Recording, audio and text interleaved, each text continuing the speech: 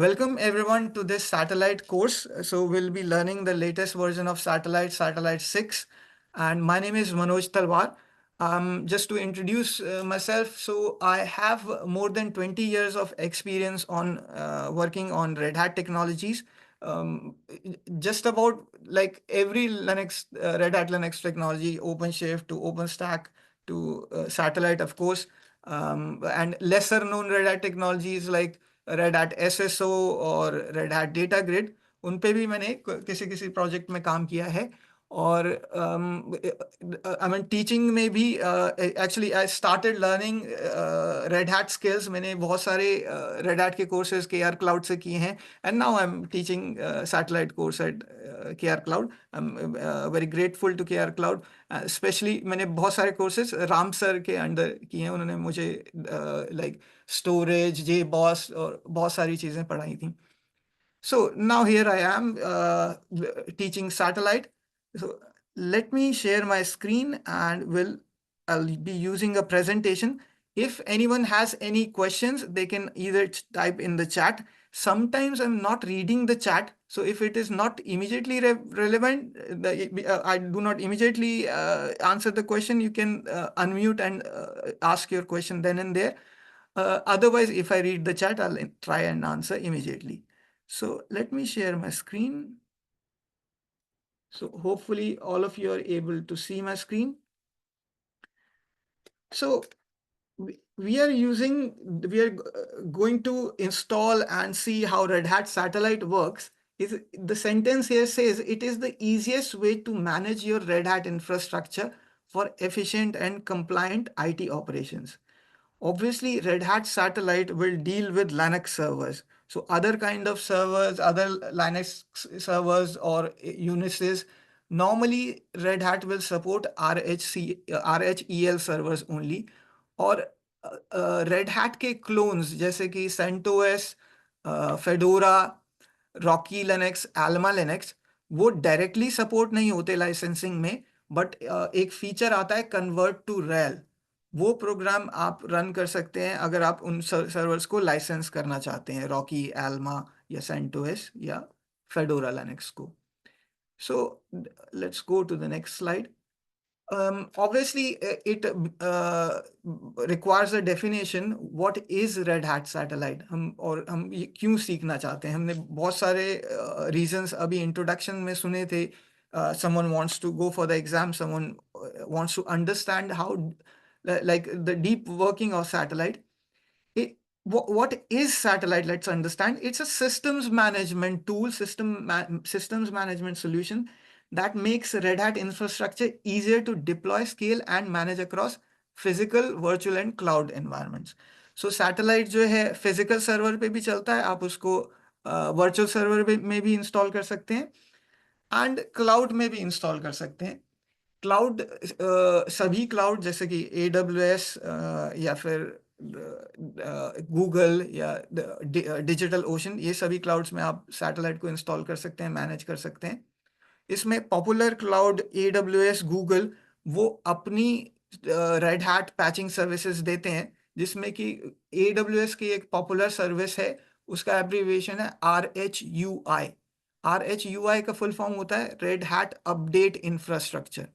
सो AWS में जो RHUI है वो AWS के अपने सैटेलाइट सर्वर्स हैं. तो एक तो हो गया कि आप खुद का रेड हैट सैटेलाइट सर्वर अपनी कंपनी का इंस्टॉल करें AWS में. अगर आप अपनी कंपनी का रेड हैट सैटेलाइट नहीं इंस्टॉल करना चाहते तो आप AWS क्लाउड में उनके सैटेलाइट सर्वर्स जो वो as a software as a service provide करते हैं विच इज़ RHUI, वो भी यूज़ कर सकते हैं. सैटेलाइट किस लिए इंस्टॉल किया जाता है, किस लिए क्रिएट किया जाता है? मैं एग्जांपल लूंगा विंडोज़ एनवायरनमेंट से. जैसे आप में से जो लोग विंडोज़ पे काम करते हैं, they will understand active directory server environment. Active directory servers जो है विंडोज़ सिस्टम्स को, विंडोज़ 10, 11 और विंडोज़ 2019 सर्वर, विंडोज़ के डिफरेंट सर्वर्स को मेंटेन करने के लिए एक्टिव डायरेक्टरी सर्वर्स यूज़ होते हैं. उसमें अपडेट इंफ्रास्ट्रक्चर होता है, लाइसेंस मैनेजमेंट होता है. तो जैसा विंडोज़ में होता है, इसी तरह जब लिनक्स के सर्वर्स, रेड हैट के servers, red hat is the most popular Linux environment in the industry. Servers पे ज़्यादातर रेड हैट लिनक्स चलता है। आप सभी को रेड हैट का नाम पता है, इसलिए आप रेड हैट सैटेलाइट सीखने आए हैं। But for those who do not know where the company is, Red hat का हेडक्वार्टर्स जो है रैले, एक सिटी है नॉर्थ कैरोलिना में, यूएस में, वहाँ पे रेड हैट का हेडक्वार्टर्स है। और इसके अलावा रेड हैट के ऑफिसेज वर्ल्ड वाइड हैं। इंडिया में केआर क्लाउड जो है वो रेड हैट के ट्रेनिंग पार्टनर हैं, और हम ऑब्वियसली एग्जाम्स भी कंडक्ट करते हैं। तो इवेंचुअली आप सबको, सब में से जिनको रेड सैटेलाइट का एग्ज़ाम लेना है, वो फ्रंट ऑफिस से कांटेक्ट करके एग्ज़ाम बुक कर सकते हैं। आई वुड रिकमेंड कि आप कोर्स के दौरान या कोर्स को इमीडिएटली फिनिश करके सैटेलाइट का एग्ज़ाम लें, बिकॉज आपकी नॉलेज फ्रेश होगी। जब नाउ टॉकिंग अबाउट एग्जाम्स, जो जिनको एग्जाम स्ट्रक्चर मालूम नहीं है अभी और जो एग्जाम के लिए जाना चाहेंगे, रेड हैट के सबसे पॉपुलर और रिस्पेक्टेड एग्जाम्स हैं इंडस्ट्री में। मैंने भी रेड हैट के एग्जाम्स दिए हुए हैं। उसमें सबसे पहला स्टेज होता है RHCSA। RHCSA का फुल फॉर्म होता है red Hat certified system administrators. आप सब में से मैक्सिमम ने ये किया होगा। इसका एक एग्जाम होता है EX200। और next stage is RHCE, red Hat certified engineer. इसका भी एक एग्जाम होता है। And next stage is RHCA। So RHCSA, RHCA, इसमें कंफ्यूज नहीं होना है। नेक्स्ट स्टेज में एक RHCSAS ड्रॉप हो जाता है, but it is architect level, system admin और इंजीनियर से एक level above, stage above, red Hat certified architect. इसमें 5 एग्जाम आपको देने होते हैं, तब आपको रेड हैट आर्किटेक्ट सर्टिफिकेशन मिलता है। और वो 5 एग्जाम तकरीबन आई थिंक 30 या उससे ज़्यादा एग्जाम्स हैं, 35 एग्जाम। और उसमें से एक एग्जाम सैटेलाइट का भी है।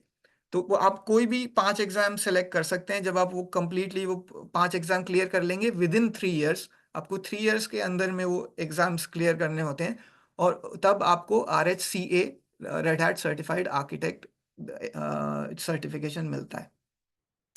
So that's about exam. Coming back to satellite, हम सैटेलाइट के वर्जन्स पे बात करते हैं। सैटेलाइट का पॉपुलर वर्जन जो है वो स्टार्ट हुआ था सैटेलाइट 5 से। तो सैटेलाइट 4 में का वर्जन हम नहीं देखते। दे केम अप विद सैटेलाइट 5। और जैसा कि हर रेड हैट प्रोजेक्ट का एक ओपन सोर्स अपस्ट्रीम होता है। अपस्ट्रीम का मीनिंग क्या होता है कि जो भी एंटरप्राइज सॉफ्टवेयर का मीनिंग क्या होता है, जो supported software red hat release करता है, रेड हैट बनाता है, उनका एक ओपन सोर्स अपस्ट्रीम होता है, जो कि डायरेक्टली रेड हैट से सपोर्टेड नहीं होता, लेकिन ओपन सोर्स कम्युनिटी उस पे डेवलपमेंट करते हैं। ऐसा अपस्ट्रीम सैटेलाइट 5 का था। हम थोड़ा सा सैटेलाइट 5 के बारे में बात कर लेते हैं, क्योंकि करंट वर्जन 6 पे जाने से पहले। सैटेलाइट 5 का अपस्ट्रीम वर्जन था स्पेस वॉक। जैसे रेड हैट का अपस्ट्रीम वर्जन है fedora, red hat enterprise Linux का। ओपन स्टैक का अपस्ट्रीम वर्जन होता है RDO। इसी तरह जो ओपन शिफ्ट का अपस्ट्रीम वर्जन क्यूबरनेटिस का डिस्ट्रीब्यूशन है। सो सैटेलाइट 5 का अपस्ट्रीम वर्जन था स्पेस वॉक। हमने अभी एक किसी ने अपने इंट्रोडक्शन में बताया था कि उन्होंने स्पेस वॉक पे काम किया है। और सैटेलाइट 5 में वो एक ही ओपन सोर्स प्रोजेक्ट था जो कि सैटेलाइट 5 का अपस्ट्रीम था, उसका नाम स्पेस वॉक था। जब रिक्वायरमेंट्स आगे चली, तो रेड हैट ने देखा कि सैटेलाइट 5 की फंक्शनैलिटी अनयूजेबल हो गई है। जो स्पेस वॉक प्रोडक्ट था, वो उसका फंक्शनैलिटी दैट वाज डिग्रेडेड और sort of not rendered useful. तो क्योंकि वो यूजफुल नहीं रहा था, तो रेड हैट ने अपने डेवलपर्स से सैटेलाइट को स्क्रैच से लिखवाया।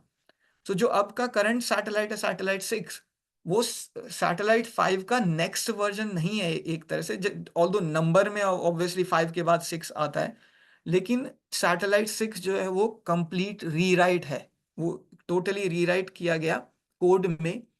और सैटेलाइट 6 को उन्होंने रूबी लैंग्वेज में लिखा है। इसलिए क्योंकि सैटेलाइट 6 कंडेशन के लिए यूज होता है, लिनक्स के इंस्टॉलेशन के लिए यूज होता है, और ऑटोमेशन के लिए यूज होता है, लाइसेंसिंग मैनेजमेंट के लिए यूज होता है। ऑटोमेशन एक इम्पॉर्टेंट पार्ट है सैटेलाइट का। ऑटोमेशन का कंपोनेंट जो है सैटेलाइट 6 में उन्होंने पपेट यूज किया।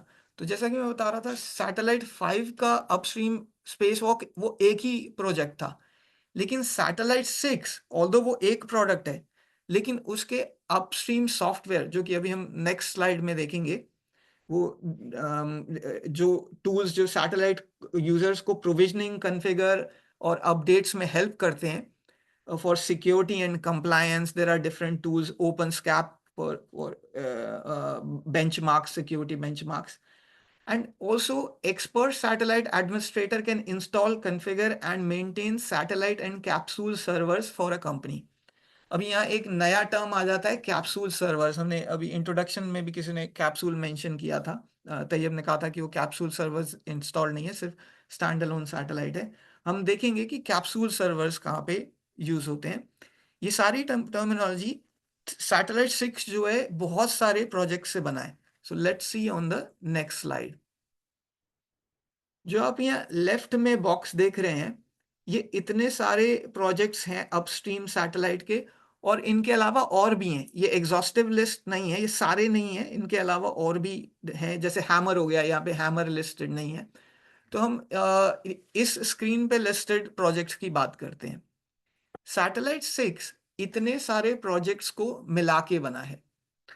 जैसा कि मैंने अभी अभी बताया कि एक कंपोनेंट जो उसका एक वेब इंटरफेस का कंपोनेंट्स है, वो रूबी ऑन रेल्स में लिखा है। सो रूबी लैंग्वेज में सैटेलाइट लिखा गया है, और रूबी ऑन रेल्स में उसका वेब कंपोनेंट लिखा गया है। उनमें से एक सॉफ्टवेयर प्रोजेक्ट है कैटेलो।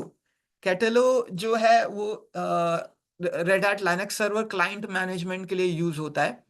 कैटेलो का एजेंट जो है रेड हैट लिनक्स सर्वर्स पे इंस्टॉल किया जाता है। RHEL 8, RHEL 9, RHEL 7 भी, RHEL 7 भी सैटेलाइट से सब्सक्राइब करता है। लेकिन अब कंप्लीट जो जो कंपनीज RHEL 6, RHEL 7 रन कर रहे हैं, RHEL 10 रिलीज हो चुका है। नॉर्मल सिनेरियो में रेड हैट RHEL के 3 मेजर वर्जन्स को सपोर्ट करता है। जब तक 10 रिलीज नहीं हुआ था तब तक RHEL 7, RHEL 8, RHEL 9 सपोर्टेड थे। अब RHEL 10 रिलीज हो चुका है 1-2 महीना पहले, तो अभी मेजर वर्जन RHEL 8, RHEL 9 और RHEL 10 रेड हैट से सपोर्टेड हैं। जो लोग 6-7 पे हैं उनको रिकमेंड किया जाएगा कि वो अपने सर्वर्स को RHEL 8, RHEL 9 और RHEL 10 पे अपग्रेड कर लें। अभी थोड़ी देर पहले डिस्कशन में मैं बात कर रहा था कि जो सैटेलाइट को इंस्टॉल होने के लिए underlying red hat operating system चाहिए। तो पहले सैटेलाइट जो है RHEL 7 पे इंस्टॉल होता था। आजकल RHEL 8 पे सैटेलाइट 6 इंस्टॉल होता है। और अब जो है सैटेलाइट का लेटेस्ट वर्जन 6.17, 6.17, वो सिर्फ RHEL 9 पे इंस्टॉल होता है। वो ना तो RHEL 8 पे इंस्टॉल होता है, ना तो RHEL 9 पे। तो 6.17 ना तो RHEL 7 पे, ना तो RHEL 8 पे इंस्टॉल होता है। वो सिर्फ RHEL 9 पे इंस्टॉल होता है। ये हम वर्जन्स की बात कर रहे हैं। हमने कैटोलो की बात करी। ये जो है क्लाइंट एजेंट सॉफ्टवेयर प्रोवाइड करता है। जो जो सिस्टम सैटेलाइट से रजिस्टर करते हैं उनको अपना इंफॉर्मेशन सैटेलाइट को भेजना होता है कि क्या क्या पैकेजेस उसमें इंस्टॉल्ड हैं, कौन से प्रोसेसेस चल रहे हैं। वो रेगुलरली वो इंफॉर्मेशन भेजते हैं। वो कैटलो टूल के थ्रू भेजते हैं। सो कैटलो हम देखेंगे सैटेलाइट को इंस्टॉल करते हुए। सो सैटेलाइट का कमांड लाइन इंटरफेस एक होता है, एक GUI इंटरफेस होता है। टॉप में यहाँ दिखा है web interface Ruby on rails पे, और नीचे कमांड लाइन का आप देख रहे हैं लेफ्ट में, मिडल में जो कमांड लाइन टूल है वो हैमर टूल, वो पाइथन में लिखा गया है। क्योंकि जो ऑटोमेशन के पॉपुलर सॉफ्टवेयर हैं, एक हुआ पपेट, जो सैटेलाइट ओरिजिनली जो है वो पपेट के साथ इंस्टॉल किया गया था, बनाया गया था। लेकिन अब जो जो रेड हैट का अपना ऑटोमेशन टूल है, अंसिबल। अब जो है वो आंसिबल की तरफ जा रहा है, क्योंकि पपेट एक अलग कंपनी है। तो रेड हैट ने आंसिबल टूल को खरीद लिया था। अब रेड हैट का एम है कि आंसिबल को फुली इंटीग्रेट किया जाए सैटेलाइट में। ऑलरेडी आंसिबल का एम्बेडेड सॉफ्टवेयर यूज होता है, एक एम्बेडेड टावर आता है सैटेलाइट में। So that's about ansible. And repository management का एक सॉफ्टवेयर प्रोजेक्ट होता है पल्प। सैटेलाइट में, satellite is a heavy soft heavy hardware heavy and software heavy. तो कई बार एक क्वेश्चंस आते हैं कि हम पैचिंग के लिए हम आंसिबल भी तो यूज कर सकते हैं, सैटेलाइट की क्या जरूरत है? वो इसलिए क्योंकि आंसिबल में रिपोजिटरीज इनबिल्ट नहीं होती। बहुत सारे फीचर्स ऐसे हैं जो कि सैटेलाइट के थ्रू ही मैनेज हो सकते हैं।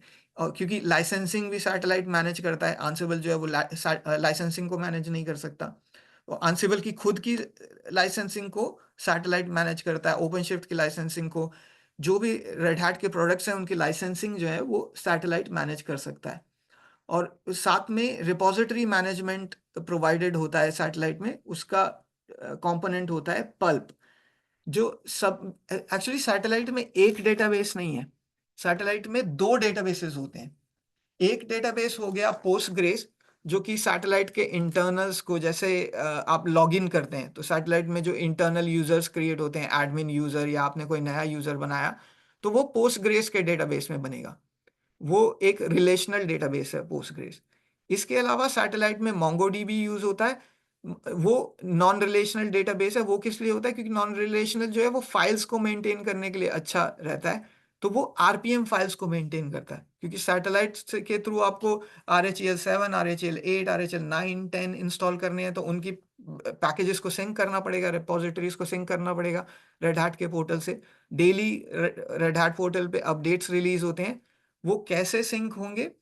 वो पल्प के थ्रू सिंक होते हैं। और इस पल्प डेटाबेस का ये सबसे हैवी डायरेक्टरी होती है, क्योंकि आपको RHEL 8, 9, 10 के वर्जन सिंक करने पड़ेंगे सैटेलाइट में। तो मिनिमम जो रेड हैट के डॉक्यूमेंट्स में रिकमेंडेड है, 300 GB मिनिमम आप वारलिब पल्प को एलोकेट करो। और मैं 500 GB मिनिमम रिकमेंड करूंगा। 500 GB में अगर आपने एक से ज्यादा RHEL के वर्जन इंस्टॉल किए हुए हैं, आपने RHEL 7 को भी सिंक करना है, 8 को भी सिंक करना है, और 9 को भी सिंक करना है, और जब 10 का रिलीज आ गया 10 को भी सिंक करना है, तो 300 GB कम पड़ेगा। इतने सारे आरपीएम पैकेजेस को सिंक करने के लिए आपके पास वार लिब पल्प में स्पेस होना चाहिए। हम आगे चल के इंस्टॉलेशन में देखेंगे कौन कौन सी डायरेक्टरी में हैवी स्पेस चाहिए। वार लिब पल्प सबसे हैवी डायरेक्टरी होती है। And next is license management. Obviously satellite के थ्रू आप लाइसेंसेस मैनेज कर सकते हैं। सो लाइसेंसेस न सिर्फ ऑपरेटिंग सिस्टम के, ऑपरेटिंग सिस्टम RHEL 7, 8, 9, 10 के लाइसेंसेस तो मैनेज करने ही करने हैं। वो ये सभी फिजिकल सर्वर्स पे भी इंस्टॉल कर सकते हैं आप, वर्चुअल मशीन्स में भी कर सकते हैं। जैसे अंडरलाइंग वर्चुअलाइजेशन सॉफ्टवेयर हो गए, VMware हो गया या KVM हो गया, उनके ऊपर आप वर्चुअल मशीन्स बना सकते हैं, उनके लाइसेंसेस मैनेज कर सकते हैं, फिजिकल सर्वर के और क्लाउड के सर्वर्स के भी। सो अगर आप क्लाउड में सैटेलाइट इंस्टॉल करते हैं या फिर अपने डेटा सेंटर में ऑन प्रीमाइज करते हैं, और वहां से आप अपने डेटा सेंटर के और क्लाउड के भी लाइसेंसेस मैनेज करना चाहें सैटेलाइट से, तो वो भी कर सकते हैं। बस आपको सैटेलाइट को क्लाउड से कनेक्ट करना पड़ेगा। तो उसमें सैटेलाइट में कौन सा कंपोनेंट मैनेज करता है लाइसेंसिंग को? वो कंपोनेंट है कैंडल पिन। सो कैंडल पिन मैनेजेस लाइसेंसेस। और जो प्रोविजनिंग, प्रोविजनिंग टर्म जो है बहुत सारे पीपल को कंफ्यूज करता है। प्रोविजनिंग का मीनिंग क्या होता है? प्रोविजनिंग का सिंपल सा मीनिंग है creation installation of new servers. So उसको प्रोविजनिंग कहते हैं। और ये किस तरह से होता है? ये प्रोविजनिंग जो होता है वो ऑटोमेटेड होता है। उसमें आपको मैनुअली नेक्स्ट नेक्स्ट नेक्स्ट करने की जरूरत नहीं होती। प्रोविजनिंग एक किक स्टार्ट फाइल के थ्रू आप स्टार्ट करते हैं।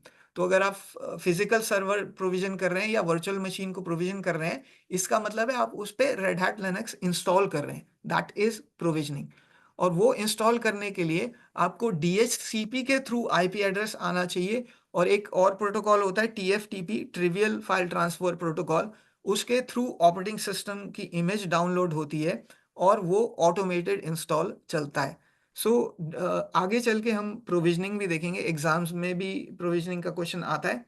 एक चीज, ऑब्वियसली ये एग्जाम फोकस्ड कोर्स नहीं है, लेकिन हम बहुत सारी चीजें एग्जाम से रिलेटेड डिस्कस करेंगे इस कोर्स के दौरान। सो दैट्स अबाउट प्रोविजनिंग। प्रोविजनिंग और कॉन्फ़िगरेशन मैनेजमेंट जो है वो फोरमैन का कंपोनेंट यूज करता है। फोरमैन जो आप देखते हैं यहाँ पे, ये वो कैप भी बनी हुई है, जो कंस्ट्रक्शन वर्कर्स होते हैं वो इस तरह की कैप पहनते हैं, और ये कंस्ट्रक्टिव टाइप से रिलेटेड है, तो इसलिए इसका नाम आई थिंक उन्होंने फोरमैन रखा है। And next component is puppet. Puppet के बारे में मैंने अभी बताया कि पपेट रेड हैट की कंपनी नहीं है, वो एक्चुअली अब रेड हैट का एक कॉम्पिटिटर है। पहले रेड हैट पपेट कंपनी के साथ क्लोजली काम करता था, उन्होंने पपेट को सैटेलाइट में बहुत हैविली इंटीग्रेट किया ऑटोमेशन करने के लिए। लेकिन और पपेट हैविली इंटीग्रेट हुआ इसलिए अभी तक वो हटा नहीं पाए हैं। सैटेलाइट 6 में पपेट अभी भी यूज होता है, लेकिन अब अभी रेड हैट जो है सभी कस्टमर्स को अपने खुद के ऑटोमेशन टूल जो कि आंसरेबल है उसकी तरफ पुश कर रहे हैं। So they want to push everyone towards this ansible. So these are the components. So इसके अलावा और भी कंपोनेंट्स हैं सैटेलाइट में, will see. And next is, ये आप राइट में जो एक सर्कल देख रहे हैं उसमें सैटेलाइट के क्या क्या फंक्शंस हैं वो बताए हैं। तो अब एक तो इंस्टॉल करते हैं provisioning. So left bottom quadrant में प्रोविजनिंग है। प्रोविजनिंग में आप पूरा सिस्टम को इंस्टॉल कर सकते हैं, जो भी 40-45 मिनट्स, हाफ एन आवर, 1 घंटा जो लगे इंस्टॉल करने में मशीन को। या फिर आप इमेज से भी क्रिएट कर सकते हैं। VMware में टेम्पलेट्स और इमेजेस आते हैं, RHEL 7 के, RHEL 8 के, आप उनसे भी बना सकते हैं। उनसे थोड़ा इंस्टॉलेशन या कॉन्फ़िगरेशन क्विकर हो जाता है, क्योंकि प्रोविजनिंग के थ्रू तो पूरा 40-45 मिनट्स, 1 आवर जितना भी लगता है वो इंस्टॉल करने में लगेगा। लेकिन अगर आप ऑटोमेटेड टेम्पलेट यूज करते हैं VMware के या KVM के, तो you can like quicken the आप जो है प्रोविजनिंग इंस्टॉलेशन फास्ट कर सकते हैं, configuration. So once you have installed the system you will need to configure it. So satellite के थ्रू ऑटोमेटेड वे में आप कॉन्फ़िगर कर सकते हैं सिस्टम को। And then you will manage the licenses. So license subscription का next quadrant है. And finally, obviously, you will patch your systems. RHEL 8 आ गया तो RHEL 8 पे patch करेंगे, 9 आया तो 9 पे, then obviously 10 अब रिलीज हो चुका है, so you will plan to update on 10. One thing, एक करियर प्रोग्रेशन की बात करते हैं नेक्स्ट स्लाइड पे जाने से पहले। करियर प्रोग्रेशन में आप, you should always remember, as a satellite admin you are a very responsible person. Although आप मैनेजरियल रोल में नहीं भी हो, but you have to act as a manager, क्योंकि सैटेलाइट के through you are managing obviously more than one system, multiple system, not 10 but 12, maybe 20, 30, 50,000, 5,000 system. So we have managed 5,000, 7,000 server farm for customers. तो इस तरह के environment में you have to behave responsibly. You should know what configuration you are sending through the satellite. आप कोई भी ऐसा configuration जो कि फॉर एग्जांपल ETC होस्ट को उड़ा दे, ऐसा कॉन्फ़िगरेशन आप नहीं भेज सकते। So you have to be very responsible, और and you should be knowledge sharing with your team, because if you want to go away on a holiday and you're a satellite admin, you should prepare your next system administrator who will not be calling you during your holiday, oh something is gone wrong, come online and solve this. So इस चीज के लिए भी आपको आगे knowledge sharing करना चाहिए। So with that, with those components and functionality of satellite, let's move on to the architecture of satellite. Let's see a bit of architecture. हमारे पास जो लेफ्ट में डायग्राम है, this is the most typical architecture of satellite. इसके अलावा different architectures भी हो सकते हैं। इस आर्किटेक्चर में कैप्सूल्स दिखाए गए हैं। एक question, if someone wants to answer that question, actually let me see if I am I can't see the chat at the moment. Let me quickly enable my chat. I'll stop the sharing for a moment. Okay. I think it's gone frozen.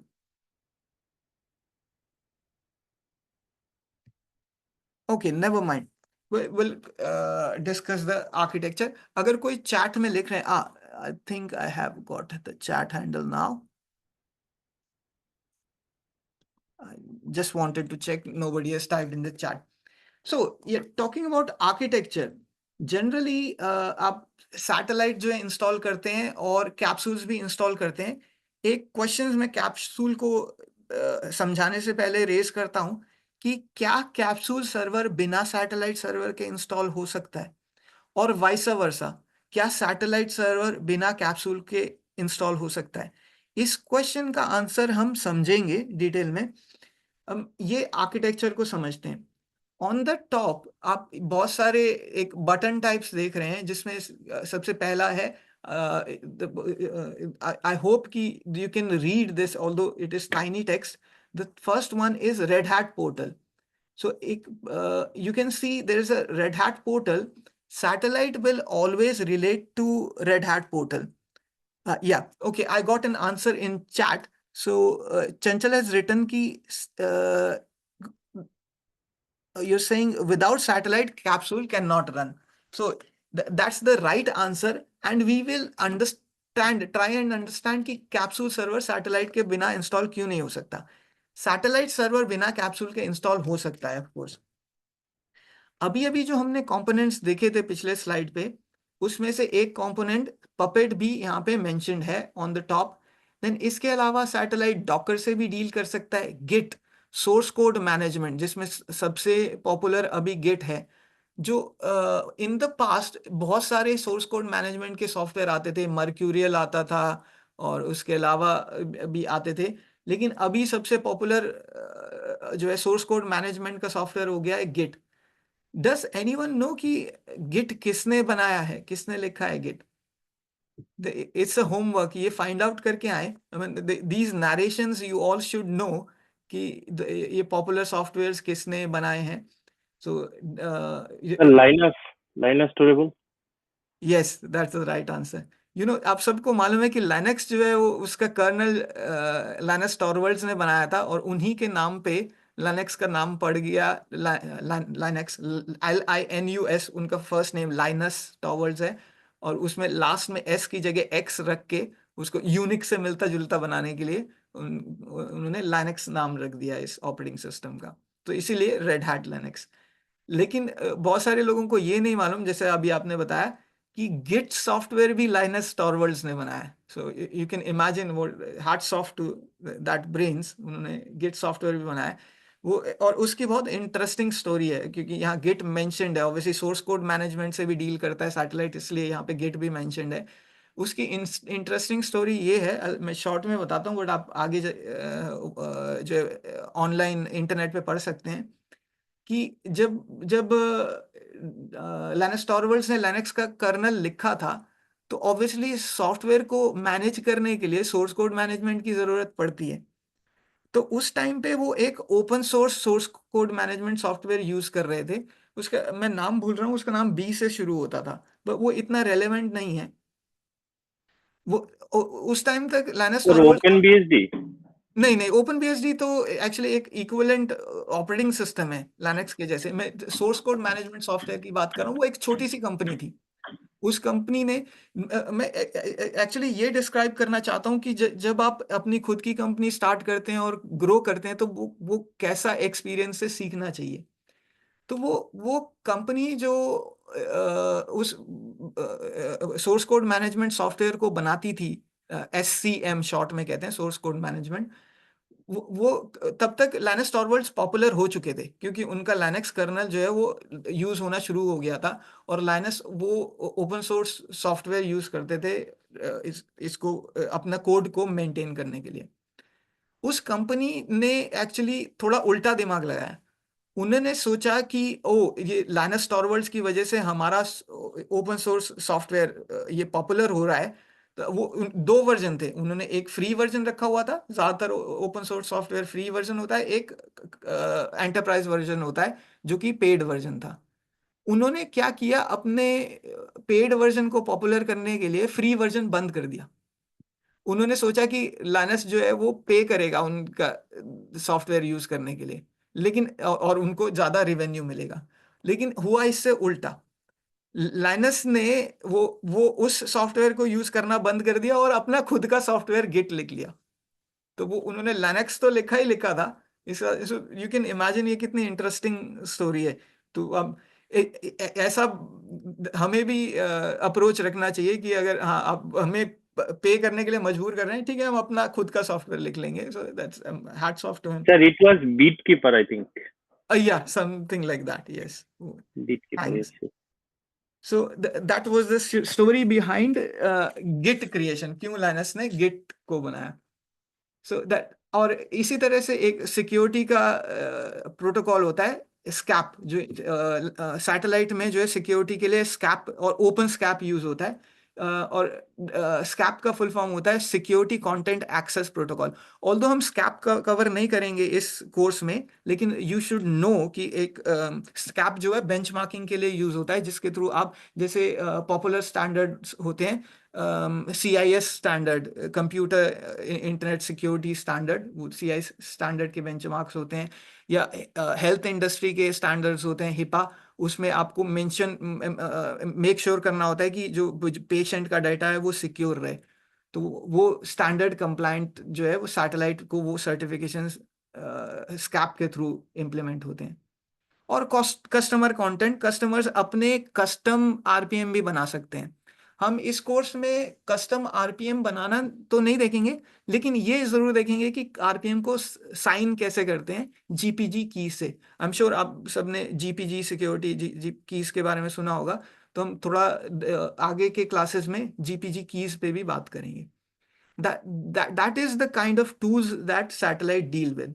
अब बीच में एक जो blue outline में ये satellite यहाँ पे दिया हुआ है आर्किटेक्चर में। सैटेलाइट में जो है ऑर्गेनाइजेशंस होते हैं। जब हम कल सैटेलाइट इंस्टॉल करेंगे फर्स्ट टाइम। आज तो हमारा थ्योरी सेशन है, कल प्रैक्टिकल सेशन होगा। और जैसे अभी एक स्टूडेंट बात कर रहे थे, उनके पास ऑलरेडी 6.17 इंस्टॉल्ड है, तो चाहे तो वो अपना लैब यूज कर सकते हैं। बट मोस्ट लाइकली मैं खुद के लैब में आपको सैटेलाइट इंस्टॉल करना दिखाऊंगा। And if one of you likes, आप में से कोई एक अपना स्क्रीन शेयर करके सैटेलाइट के इंस्टॉलेशन स्टेप्स कल रन करेंगे। तो हम सैटेलाइट भी इंस्टॉल करेंगे और फिर नेक्स्ट कमिंग वीक्स में कैप्सूल को भी इंस्टॉल करेंगे। जब सैटेलाइट इंस्टॉल हो जाता है तब यूजर्स लॉग इन कर सकते हैं सैटेलाइट पे। जनरली हम सैटेलाइट एडमिन्स को ही लॉग इन देते हैं सैटेलाइट पे, नॉर्मल यूजर्स को नहीं देते। क्योंकि ऑब्वियसली अगर नॉर्मल यूजर्स को लॉग इन दिया और उनको सैटेलाइट का ऑपरेशन मालूम नहीं है तो गड़बड़ हो सकती है। So just many कुक्स spoil the dish. तो इसलिए जनरली बहुत सारे एडमिन्स नहीं रखने चाहिए। जो रिस्पॉन्सिबल, जो प्रॉपरली लाइक कोर्स करके सीखा हुआ या एक्सपीरियंस से सीखा हुआ सैटेलाइट एडमिन्स हैं, वही लॉग इन करने चाहिए सैटेलाइट पे। और एक्चुअली आर्किटेक्चर में सिर्फ इतना तक आर्किटेक्चर रह सकता है। आप देख रहे हैं लेफ्ट में ऑपरेटर्स जो हैं वो यूजर्स हैं, सैटेलाइट पे लॉग इन कर रहे हैं। और जो राइट में रेड हैट एनालिटिक्स की बात कर रहे हैं, यहाँ इसमें एनालिटिक्स में रेड हैट इनसाइट्स आता है। आप सैटेलाइट के थ्रू रेड हैट इनसाइट्स पे कनेक्ट कर सकते हैं अपने सिस्टम्स को।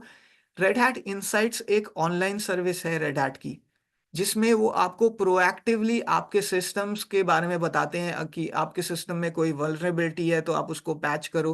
वो ये आपको बताते हैं। लेकिन उसके लिए आपको अपने सिस्टम्स को रेड हैट के पोर्टल से कनेक्ट करना पड़ता है। ये एक डाउन साइड है, जो कि बैंक्स, इंश्योरेंस कंपनीज वो कभी नहीं चाहेंगे अपने सिस्टम्स को कोई एक्सटर्नल सिस्टम से कनेक्ट करना, एक्सटर्नल पोर्टल से। ऑब्वियसली रेड हैट का पोर्टल भी एक्सटर्नल पोर्टल ही है, लेकिन फिर भी जो कंपनीज जैसे मान लो न्यूज़ की कंपनीज हो गई, उनमें फाइनेंशियल डेटा नहीं है, तो वो अपने सिस्टम्स को रेड हैट इनसाइट्स से कनेक्ट कर सकते हैं।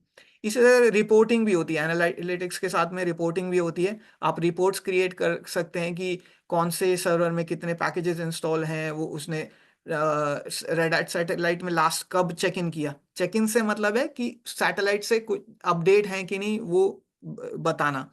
ओके, एक क्वेश्चन है चैट में, can we practice installation? Yes, कल हम सैटेलाइट को इंस्टॉल करेंगे और साथ में सैटेलाइट का ऑनलाइन लैब भी है। रेड हैट आपको सैटेलाइट का ऑनलाइन लैब देता है, आप गूगल में सर्च कर सकते हैं ऑनलाइन प्रैक्टिस लैब। वो, उसका थोड़ा सा डिसएडवांटेज ये है कि वो 2 घंटे में फिनिश हो जाता है, तो आप 2 आवर्स तक के लिए प्रैक्टिस कर सकते हैं। वो आई थिंक AWS या गूगल पे इंस्टॉल करते हैं अपने लैब्स को। इट्स अ फ्री लैब, आप सैटेलाइट लैब फ्री यूज कर सकते हैं। सो दिस सो हमने हाफ द आर्किटेक्चर अभी एक्सप्लेन किया है कि सिर्फ सैटेलाइट को इंस्टॉल करना। अभी जो बॉटम पार्ट में आप देख रहे हैं, जो location 1, location 2, location 3, location N, वहां पे कैप्सूल्स इंप्लीमेंटेड हैं। ये सबसे टिपिकल आर्किटेक्चर है सैटेलाइट का, कि अगर आपके पास एक कंपनी, मान लो आप किसी बड़े कंपनी एयरटेल के लिए या किसी BBC के लिए आप काम करते हैं, उनके अलग अलग डेटा सेंटर हैं। एक डेटा सेंटर दिल्ली में, एक बेंगलुरु में, मुंबई में, गुवाहाटी में, पूरे इंडिया में डेटा सेंटर्स हैं। तो एक मेन डेटा सेंटर में आपका सबसे पहले सैटेलाइट इंस्टॉल होगा और बाकी के डेटा सेंटर्स में जो है कैप्सूल इंस्टॉल होंगे। उसका पर्टिकुलर रीजन, इस आर्किटेक्चर का पर्टिकुलर रीजन समझना है, क्यों हम बाकी सेंटर्स में भी सैटेलाइट ही इंस्टॉल नहीं कर रहे। क्योंकि अगर हम अलग अलग सैटेलाइट इंस्टॉल करेंगे तो सबसे बड़ा डिसएडवांटेज ये होगा कि उन सभी सैटेलाइट्स में आपस में सिंक करना मुश्किल है। ऐसा नहीं है कि सिंक नहीं हो सकता, लेकिन सभी सैटेलाइट्स का अलग स्टेट होगा। जो जब हम एक सिंगल सैटेलाइट इंप्लीमेंट करेंगे और कैप्सूल्स को इंस्टॉल करेंगे अलग डेटा सेंटर्स में, वो सारे कैप्सूल इस मेन सैटेलाइट से ही कंटेंट उठाते हैं। मल्टीपल सैटेलाइट्स के केस में डिसएडवांटेज ये है कि वो सारे सैटेलाइट को अलग अलग से रेड हैट पोर्टल से कनेक्ट करना पड़ेगा। जो कैप्सूल्स होते हैं वो डायरेक्टली रेड हैट पोर्टल से कनेक्ट नहीं करते, वो अपने मेन सैटेलाइट से कनेक्ट करते हैं। इसलिए अब आपको ये क्लियर होना चाहिए कि हम कैप्सूल को सैटेलाइट के बगैर इंस्टॉल नहीं कर सकते, क्योंकि capsule directly red hat portal से कनेक्ट नहीं करता, वो कैप्सूल हमेशा किसी सैटेलाइट से ही कनेक्ट करता है। सो एंड प्लस ये DR की एक तरह से भी काम करता है सैटेलाइट में। जब एक कॉन्सेप्ट जनरली IT में आता है, सिर्फ सैटेलाइट में नहीं है, उसको कहते हैं HA का फुल फॉर्म यहाँ पे है हाई अवेलेबिलिटी। जब हम सैटेलाइट इंफ्रास्ट्रक्चर की बात कर रहे हैं, अगर सैटेलाइट डाउन हो गया तो आप अपने सिस्टम्स को पैच नहीं कर पाएंगे, राइट? तो क्वेश्चन हाई अवेलेबिलिटी का आता है कि सैटेलाइट की हाई अवेलेबिलिटी होनी चाहिए।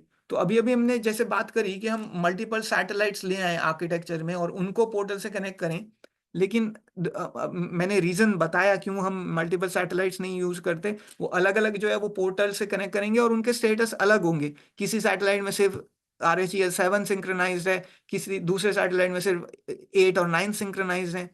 तो ऐसा होने के बजाय हम सिंगल सैटेलाइट लेते हैं और उसी सैटेलाइट में जो जो RHEL या ओपन शिफ्ट या और भी प्रोडक्ट्स हमें सिंक्रोनाइज करने हैं, जो जो खरीदे हुए हैं, ऑब्वियसली हमें ओपन शिफ्ट की रिपोजिटरी सैटेलाइट में तभी दिखेगी अगर आपकी कंपनी ने ओपन शिफ्ट का लाइसेंस खरीदा हुआ है। इसी तरह ओपन स्टैक की रिपोजिटरीज तभी दिखेंगी लाइकवाइज अगर ओपन स्टैक का लाइसेंस खरीदा हुआ है। तो so in that case we should have good bandwidth between satellite and capsule, absolutely। जब आप डेटा सेंटर्स को कनेक्ट करते हैं, दिल्ली का डेटा सेंटर बेंगलुरु के डेटा सेंटर से कनेक्ट किया, तो ऑब्वियसली एक कोई डायल अप सेट लाइन पे कनेक्ट नहीं करेंगे आप, नॉर्मली लीज्ड लाइन लेते हैं। कंपनी जो है डेटा सेंटर्स के बीच में लीज लाइन लेती हैं और वो हाई बैंडविड्थ की लाइंस होती हैं। इवन सैटेलाइट और रेड हैट पोर्टल के बीच में जो सैटेलाइट इंटरनेट से कनेक्टेड है तो पोर्टल को अलाउ करना चाहिए। कई कंपनीज जो है प्रॉक्सी सर्वर्स यूज करते हैं, तो सैटेलाइट जो है प्रॉक्सी सर्वर के थ्रू रेड हैट पोर्टल से कनेक्टेड रहेगा। प्रॉक्सी जो है वो बाकी सारी इंटरनेट साइट्स को ब्लॉक कर सकता है, लेकिन पोर्टल को इनेबल रखेगा। इस केस में सैटेलाइट आपका अकेला सर्वर है जो कि इंटरनेट से रेड हैट पोर्टल से कनेक्टेड है। बाकी आपके सारे सर्वर सैटेलाइट से कनेक्टेड हैं, वो पोर्टल से कनेक्टेड नहीं है। हमने थोड़ी देर पहले रेड हैट इनसाइट्स की बात करी थी। वो अगर इनसाइट से कनेक्ट कर रहे हैं तो आपके सर्वर्स जो हैं वो पोर्टल से रेड हैट से सैटेलाइट के रेड हैट के पोर्टल से इनसाइट से कनेक्ट होंगे। लेकिन अब यहाँ पे हम रेड हैट इनसाइट्स की बजाय सिर्फ सैटेलाइट पे फोकस कर रहे हैं। तो सैटेलाइट रेड हैट पोर्टल से कनेक्ट होगा, बाकी सर्वर्स सैटेलाइट से कनेक्ट होंगे। और जब हम HA की बात कर रहे थे हाई अवेलेबिलिटी में, अगर वो सिंगल सैटेलाइट डाउन हो गया तो आप कुछ भी इंस्टॉल नहीं कर पाएंगे अपने सिस्टम्स पे। तो इसीलिए जो कैप्सूल्स भी जो है वो डीआर की तरह से काम करते हैं, लेकिन वो कहाँ का डीआर करेंगे, जिस जिस लोकेशन वो में वो कैप्सूल इंस्टॉल्ड है। अगर मल्टीपल लोकेशंस को केटर करते हैं तो मल्टीपल लोकेशंस में कैप्सूल अवेलेबल रहेगा, कैप्सूल से आप पैचेस इंस्टॉल कर पाएंगे। लेकिन जितनी देर सैटेलाइट डाउन रहा, अगर सैटेलाइट 2 दिन 3 दिन के लिए डाउन है, तो उतने 2 दिन 3 दिन कैप्सूल भी अपडेट नहीं कर पाएगा पोर्टल से, क्योंकि पोर्टल से अपडेट्स जो हैं वो सैटेलाइट पे ही आते हैं, वो डायरेक्टली कैप्सूल पे नहीं आते। इसलिए जो सैटेलाइट का SLA होना चाहिए। अब आई होप जो हम आईटी के टर्म्स यूज करते हैं, आप सभी आईटी में काम कर रहे हैं, किसी ने अभी इसी साल स्टार्ट किया हो 2025 में, फिर भी ये टर्म्स कहीं ना कहीं आप सुनते हैं। एक पॉपुलर टर्म है SLA। SLA का फुल फॉर्म होता है सर्विस लेवल अग्रीमेंट। जब आप सैटेलाइट एडमिन के तौर पे सैटेलाइट को इंस्टॉल करते हैं और उसको मेंटेन करते हैं, तो आप वो सैटेलाइट की सर्विस आपने किसी बिजनेस को सर्व करने के लिए बनाई है, राइट? आपकी कंपनी को, ऑर्गेनाइजेशन को, बिजनेस को। अगर किसी वजह से आपका सैटेलाइट डाउन गया तो बिजनेस आपको आके पूछेगा, आप आईटी पर्सन है, सैटेलाइट के एडमिनिस्ट्रेटर हैं, आपसे पूछेगा भाई क्यों सैटेलाइट डाउन है, हम अपने सिस्टम्स को अपग्रेड नहीं कर पा रहे। तब आप उनको रीजन बताएंगे, आपको अच्छे से समझ में आना चाहिए सैटेलाइट क्यों डाउन हुआ, आपकी साइड से प्रॉब्लम है या नेटवर्किंग साइड प्रॉब्लम है या कोई फायरवॉल इशू है, या तो ये सब चीजें आपको समझनी चाहिए। इसलिए सैटेलाइट एडमिन को न सिर्फ रेड हैट सैटेलाइट या RHEL लिनक्स की जानकारी होनी चाहिए, उनको एक अच्छी समझ, अच्छी जानकारी नेटवर्किंग की भी होनी चाहिए, वीलैन्स क्या होते हैं वो सब पता होना चाहिए। ऑब्वियसली ये सब हम इस कोर्स में कवर नहीं करेंगे, लेकिन जहां जहां पे हमारा इंटरेक्शन नेटवर्किंग टीम से होगा, फायरवॉल टीम से होगा, सिक्योरिटी टीम से होगा, तो हमें ये तो पता होना चाहिए कि हमें उनसे क्या बात करनी है। सैटेलाइट जिस वीलैन पे है वो वीलैन डाउन हो गया, तो हम as a satellite admin networking को जाके ये बता तो सकें भाई आपका वीलैन डाउन है। तो ये बेसिक जानकारी होनी चाहिए। डोंट वरी कि आपको अभी वीलैन क्या होता है, HA क्या होता है वो पता नहीं है, SLA क्या होता है। हम कुछ कुछ चीजें, ये टर्मिनोलॉजी इस सैटेलाइट कोर्स में भी डिस्कस करेंगे।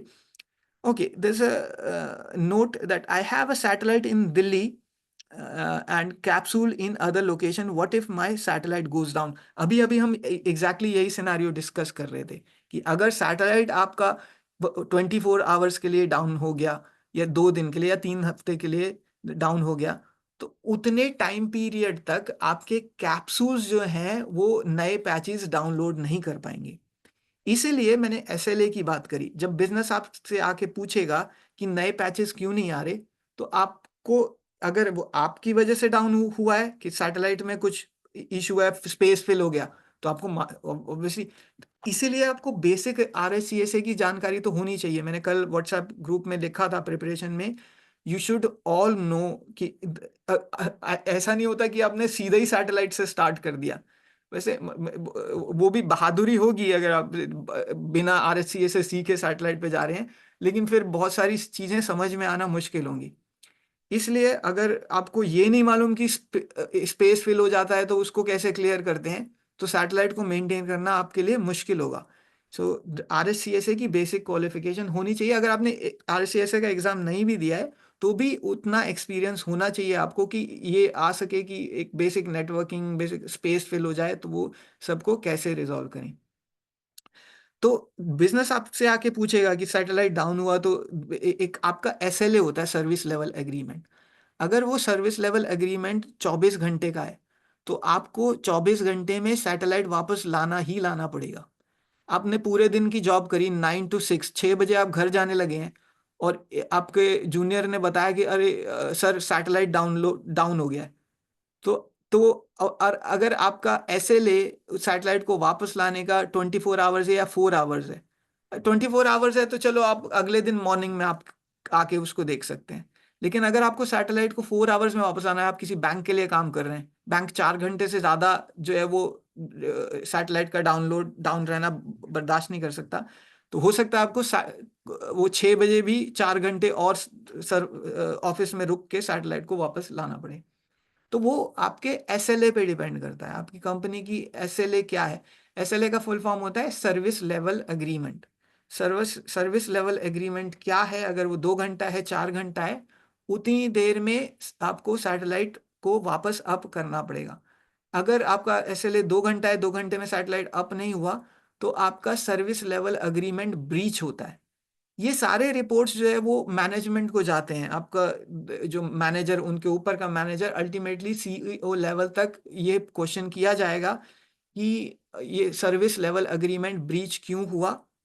फिर वो आपसे एक आरसीए मांगेंगे। अब जो लोग आरसीए नहीं जानते, आरसीए का फुल फॉर्म कोई चैट में लिख सकते हैं? What is RCA? आरसीए का फुल फॉर्म होता है रूट कॉज एनालिसिस। अगर वो सर्विस लेवल ब्रीच हुआ, या thanks, multiple people are writing root cause analysis, correct. Root cause analysis इसलिए किया जाता है ताकि आपको पता चले कि वो डाउन क्यों हुआ। रूट कॉज एनालिसिस सिर्फ आईटी की टर्म नहीं है। अगर कोई ब्रिजेस बनाते हैं, कंस्ट्रक्शन करते हैं, पुल बनाते हैं, या कोई फ्लाईओवर बनाते हैं, वो फ्लाईओवर आई थिंक थोड़े दिन पहले न्यूज में था, तो कहीं इंडिया में कहीं उन्होंने 90 डिग्री के टर्न का फ्लाईओवर बना दिया। अब इस तरह के इररिस्पॉन्सिबल चीज बनाने से अगर एक्सीडेंट होता है, तो रूट कॉज एनालिसिस होगा, और उसका रूट कॉज में ये आया कि वो 90 डिग्री का मोड़ है, तो ऑब्वियसली ऐसा फ्लाईओवर को आपको करेक्ट करना पड़ेगा, रूट कॉज एनालिसिस को करेक्ट करना पड़ेगा। अगर सैटेलाइट के डाउन होने का रूट कॉज एनालिसिस आया कि स्पेस नहीं था, तो क्वेश्चन आप पे ये आएगा नेक्स्ट की मॉनिटरिंग क्या कर रहा था, फिर आपने मॉनिटर क्यों नहीं किया कि स्पेस फेल हो गया। तो आप रूट कॉज एनालिसिस में जाएंगे और देखेंगे कि मॉनिटरिंग हो सकता है कहीं फेल हो गया हो, उसने अलर्ट नहीं भेजा। तो ये सब चीज़ों को, मॉनिटरिंग को, ऑब्जर्वेबिलिटी को, ये ऑब्जर्वेबिलिटी मॉनिटरिंग का ही टर्म है, डेवॉप्स में आता है। मतलब ये चीज़ें, सो आप कोर्स आप सैटेलाइट का कर रहे हैं, लेकिन सैटेलाइट के कोर्स का नाम होता है डीओ, डीओ 403, या इंफ्रास्ट्रक्चर 40। डीओ ने डीओ का कोर्स कोड क्यों रखा रेड हैट ने? DO stands for DevOps. तो आप जब सैटेलाइट पढ़ते हैं, तो ना सिर्फ आप एक सैटेलाइट का कोर्स कर रहे हैं, आप डेवऑप्स भी समझ रहे हैं। एक टर्म आता है एसआरई, साइट रिलायबिलिटी इंजीनियरिंग। हमेशा सिस्टम एडमिन्स को एसआरई के एस्पेक्ट से भी सोचना पड़ता है, क्योंकि एक एक टर्म होता है डेवऑप्स, एक टर्म होता है एसआरई। डेवऑप्स जो है वो डेवलपर रिलेटेड ज्यादा है, वो डेवलपर को फैसिलिटेट करने के लिए बनाया गया है कि डेवलपर अपना डेवलपमेंट को जल्द से जल्द मार्केट में रिलीज कर सके। इससे उलट जो सैटेलाइट एडमिन के कंसर्न्स होंगे, सैटेलाइट एडमिन को इससे कंसर्न नहीं है कि कितनी जल्दी डेवलपर का कोड प्रोडक्शन में आ सके। सैटेलाइट एडमिन या एक एसआरई एडमिन का ये कंसर्न होगा कि जो प्रोडक्शन में चल रहा है वो डाउन ना हो, क्योंकि वो डाउन होता है तो obviously it's a thankless job. अगर जब चीजें चल रही हैं तो कोई आपको थैंक यू करने नहीं आता है, लेकिन डाउन हो जाता है तो सब क्वेश्चन करने जरूर आएंगे कि क्यों ये डाउन हुआ। सो इट्स योर रिस्पॉन्सिबिलिटी कि आप ये टर्मिनोलॉजीज को भी समझें, डेवऑप्स को, एसआरई को।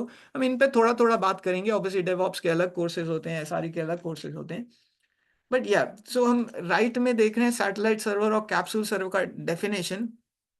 कैप्सूल सर्वर भी एक तरह से सैटेलाइट ही होता है, लेकिन कट डाउन वर्जन होता है। तो उसमें जो है वेब इंटरफेस नहीं होता। एक सबसे बड़ा कंपोनेंट जो है कैप्सूल में, वो वेब इंटरफेस नहीं होता है। वेब इंटरफेस सिर्फ जो है वो सैटेलाइट का ही होता है, और जितने भी कैप्सूल्स इंस्टॉल्ड हैं वो सैटेलाइट के ही वेब इंटरफेस में दिखते हैं। जब हम अभी सैटेलाइट इंस्टॉल करेंगे हम कल, तो ये चीज़ को समझेंगे, आगे चल के कैप्सूल्स भी इंस्टॉल करेंगे तो वो सभी कैप्सूल्स जो हैं वो सैटेलाइट में से ही दिखते हैं। और इसी तरह का आर्किटेक्चर, देखो कई स्पेसिफिक आर्किटेक्चर्स में आपको मल्टीपल सैटेलाइट्स भी इंस्टॉल करने पड़ सकते हैं। जब करियर प्रोग्रेशन आप करते हैं, आप एक बेसिक लिनक्स एडमिन से आप स्टार्ट करते हैं। मैंने खुद एक एज पहले सी प्रोग्रामर, फिर एडमिनिस्ट्रेशन में आ गए, लिनक्स एडमिनिस्ट्रेशन, तो उसके बाद सैटेलाइट सीखा, तो सैटेलाइट एडमिन बने। सैटेलाइट के थ्रू मैंने खुद 5,000 और उससे ज़्यादा 6-7,000 सर्वर्स भी मैनेज किए हुए हैं एक सिंगल सैटेलाइट से। एक सिंगल सैटेलाइट आपका, अभी हम डॉक्यूमेंटेशन में देखेंगे, वहाँ बताएंगे कि इवन 20,000 तक भी सर्वर्स सिंगल सैटेलाइट मैनेज कर सकता है। लेकिन ऑब्वियसली इतनी बड़ी कंपनी होना चाहिए, वो इतने इतने सारे सर्वर्स में डील करना चाहिए।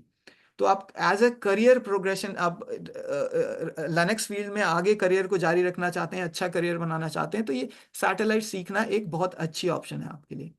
सो let's move on to the next slide. अब यह कौन कौन से कंसेप्ट्स आपको सीखने हैं सैटेलाइट में। यहाँ पे टिपिकल लिस्ट मैंने बनाई है सैटेलाइट से रिलेशन में आपको क्या कॉन्सेप्ट सीखने हैं। इसमें सबसे पहला एक्चुअली मैंने लिखा है पैचिंग। अब अगर सैटेलाइट पे काम कर रहे हैं तो सबसे बड़ा कंसर्न जो है वो पैचिंग होता है। क्यों? क्योंकि पैचिंग के टाइम पे ही सबसे ज़्यादा डाउन टाइम होता है। आप सर्वर्स पैच कर रहे हैं तो उनको पैच करके रीबूट भी करना पड़ता है, तो इसलिए आपको डाउन टाइम लेना पड़ता है बिजनेस से। सो आप देखो, एज अ सैटेलाइट एडमिन आपके कम्युनिकेशन स्किल्स भी अच्छे होने चाहिए। अब आपको अगर पैच करना है तो आपको पहले से बता देना चाहिए अपने बिजनेस को कि हम ये आपके सिस्टम को पैच करने वाले हैं, रिबूट करने वाले हैं। ऐसा नहीं करना चाहिए कि बिना बताए पैच कर दिया, रिबूट कर दिया और लोगों की एप्लीकेशन ब्रेक हो गई। That is bad communication. आपको प्रॉपरली पहले सब ऑर्गेनाइज करना चाहिए। और ज्यादातर हर कंपनी की आईटी की पैचिंग पॉलिसी होती है। अगर आपकी कंपनी की नहीं है, स्मॉल कंपनी है, अभी स्टार्टअप हुआ है, तो as a satellite admin take that initiative. अगर वो पैचिंग पॉलिसी नहीं है तो आप वो पैचिंग पॉलिसी क्रिएट करो। बैंक्स में, इंश्योरेंस कंपनीज में, फाइनेंशियल ऑर्गेनाइजेशंस में ज्यादातर में हर मंथ की पैचिंग पॉलिसी होती है कि every middle of the month या फर्स्ट ऑफ द मंथ या every end of the month आप सारे सिस्टम्स को पैच करेंगे। उस केस में वो डाउन टाइम पहले से डिसाइडेड होता है, हर 1 महीना पे या 2 महीना पे या 3 महीना पे, क्वार्टरली से ज्यादा नहीं होती। और उस केस में भी एक क्रिटिकल सिनेरियो आता है जब कोई वायरस अटैक हो जाए। उस केस में इमीडिएटली सिस्टम्स को पैच करना पड़ता है। इ- इस सिनेरियो से विंडोज वाले लोग जो हैं वो ज्यादा परिचित हैं, क्योंकि I am not making a joke of Windows, लेकिन फिर भी ये फैक्ट है कि विंडोज पे लाइनक्स के मुकाबले कम अटैक्स होते हैं, लाइनक्स के सिस्टम से ज्यादा अटैक्स होते हैं, लेकिन विंडोज पे वो सक्सेसफुल ज्यादा होते हैं। उनका कोड राइटिंग ऐसा है। और वो, या यू कैन इमेजिन, अब अगर बहुत सारे वायरसेस विंडोज में आते हैं। मेरा एक बहुत पहले एक किसी से डिस्कशन हो रहा था अपने कंपनी में। उन्होंने मेरे से आके क्वेश्चन किया, मैंने वो सैटेलाइट एडमिन और लिनक्स एडमिन, उन्होंने मेरे से पूछा कि ये आपने एंटीवायरस कौन सा डाला है लिनक्स पे। मैंने मैंने काउंटर क्वेश्चन किया, why do you need antivirus. अब क्योंकि वो विंडोज के बैकग्राउंड से थे, मैं 20 साल से लिनक्स में काम कर रहा हूँ, तो मेरा मेंटालिटी वैसा है। मैं प्रिकॉशंस लेने को अपोज नहीं कर रहा, but not for argument sake. But मैंने ये क्वेश्चन किया ऑब्वियसली कि आप क्यों एंटीवायरस डालना चाहते हैं, तो because they were coming from Windows background, उनको पहले से ये सिखाया गया है। Again, I'm not making a joke of Windows, but Windows is a diseased वो ऑपरेटिंग सिस्टम, वो बीमार ऑपरेटिंग सिस्टम है। वो एंटीवायरस के बगैर नहीं चल सकता है। आपको कुछ तो नॉर्टन या कोई ट्रेंड माइक्रो या कोई एंटीवायरस उसमें डालना पड़ता है, तब विंडोज चलता है, डिफेंडर या कोई। तो मैंने उनको ये क्वेश्चन किया, आपको क्यों एंटीवायरस चाहिए लिनक्स में। वो नेम अ वायरस, लिनक्स को ये एक वायरस का नाम बताओ। तो ये प्रूवन फैक्ट है, स्टैटिस्टिक्स ये प्रूव करते हैं कि ऑल्दो लिनक्स पे अटैक्स ज्यादा होते हैं, लेकिन उसका आर्किटेक्चर ऐसा है। लिनक्स में जो कोर एडमिनिस्ट्रेटर होता है उसको क्या कहते हैं? I am sure you all know. Windows में एडमिनिस्ट्रेटर कहते हैं, राइट? और लिनक्स में उसको क्या कहते हैं? अभी हमने RCA में जो आप सबने पढ़ा उसको रूट कहते हैं। तो वो ये रूट कॉज एनालिसिस से रिलेटेड नहीं है, बट वो रूट होता है, आप सबको ऑब्वियसली मालूम होना चाहिए। वो रूट एडमिन जो होता है उसका एक आईडी होता है, UID। वो क्या होता है? All of you should know from RSCA से। जीरो। सो रूट का आईडी जीरो होता है। तो आप समझ सकते हैं लिनक्स का आर्किटेक्चर ही ऐसा है कि प्रिविलेजेस जो है रूट को मिलते हैं, आईडी 0 को मिलते हैं वो प्रोविजंस, परमिशंस। सो हम पैचिंग पे बात कर रहे हैं, okay, I digress a little bit, but anyway.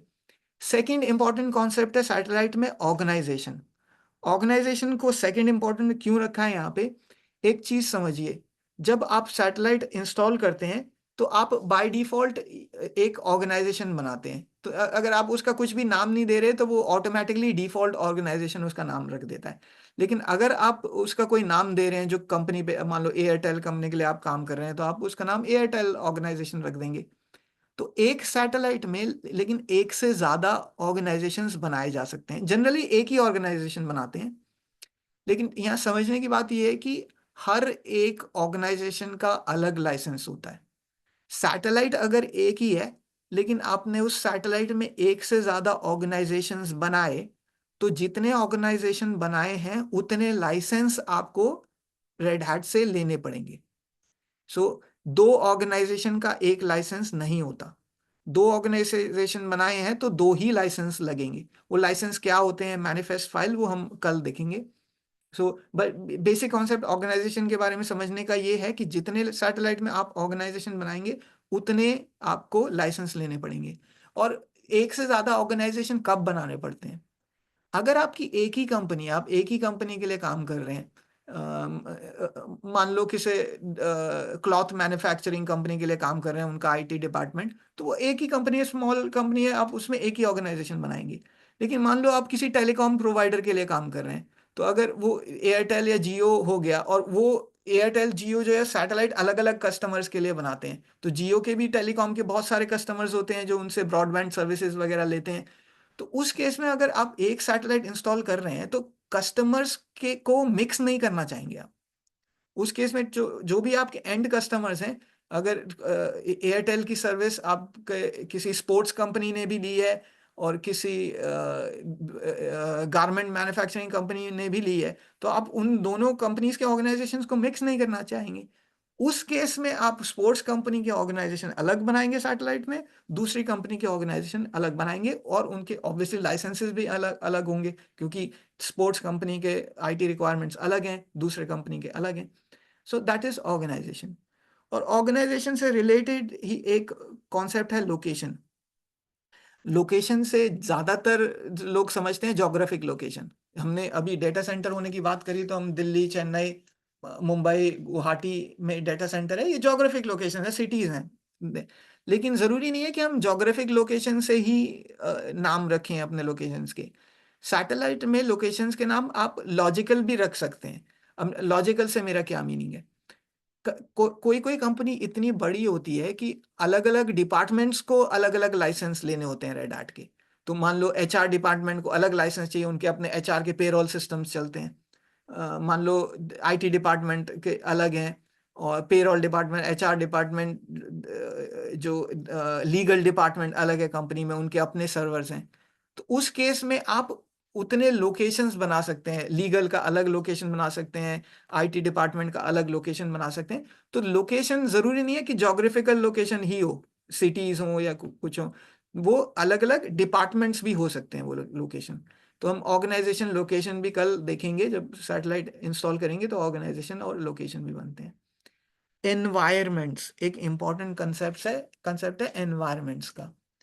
Environments जो है वो लाइफ साइकिल एनवायरमेंट्स होते हैं। एक लाइफ साइकिल एनवायरमेंट्स को आप कैसे समझते हैं? Development environment, test QA environment, pre production environment. आप जो जो भी प्रोडक्शन से पहले के एनवायरमेंट्स रखना चाहें, QA, test, pre production, staging, staging environment भी कहते हैं। और फिर प्रोडक्शन एनवायरमेंट। क्या हम जो रेड हैट ने नए पैचेस रिलीज किए वो सीधा प्रोडक्शन एनवायरमेंट में डाल देंगे? ये समझने की चीज है।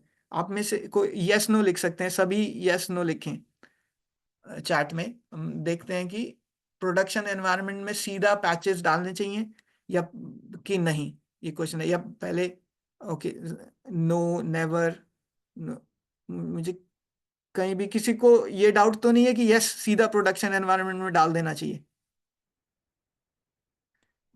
ऐसा कभी नहीं करना चाहिए। आपको हमेशा पैचिंग पहले डेवलपमेंट या QA एनवायरनमेंट या टेस्ट एनवायरनमेंट में टेस्ट करनी चाहिए।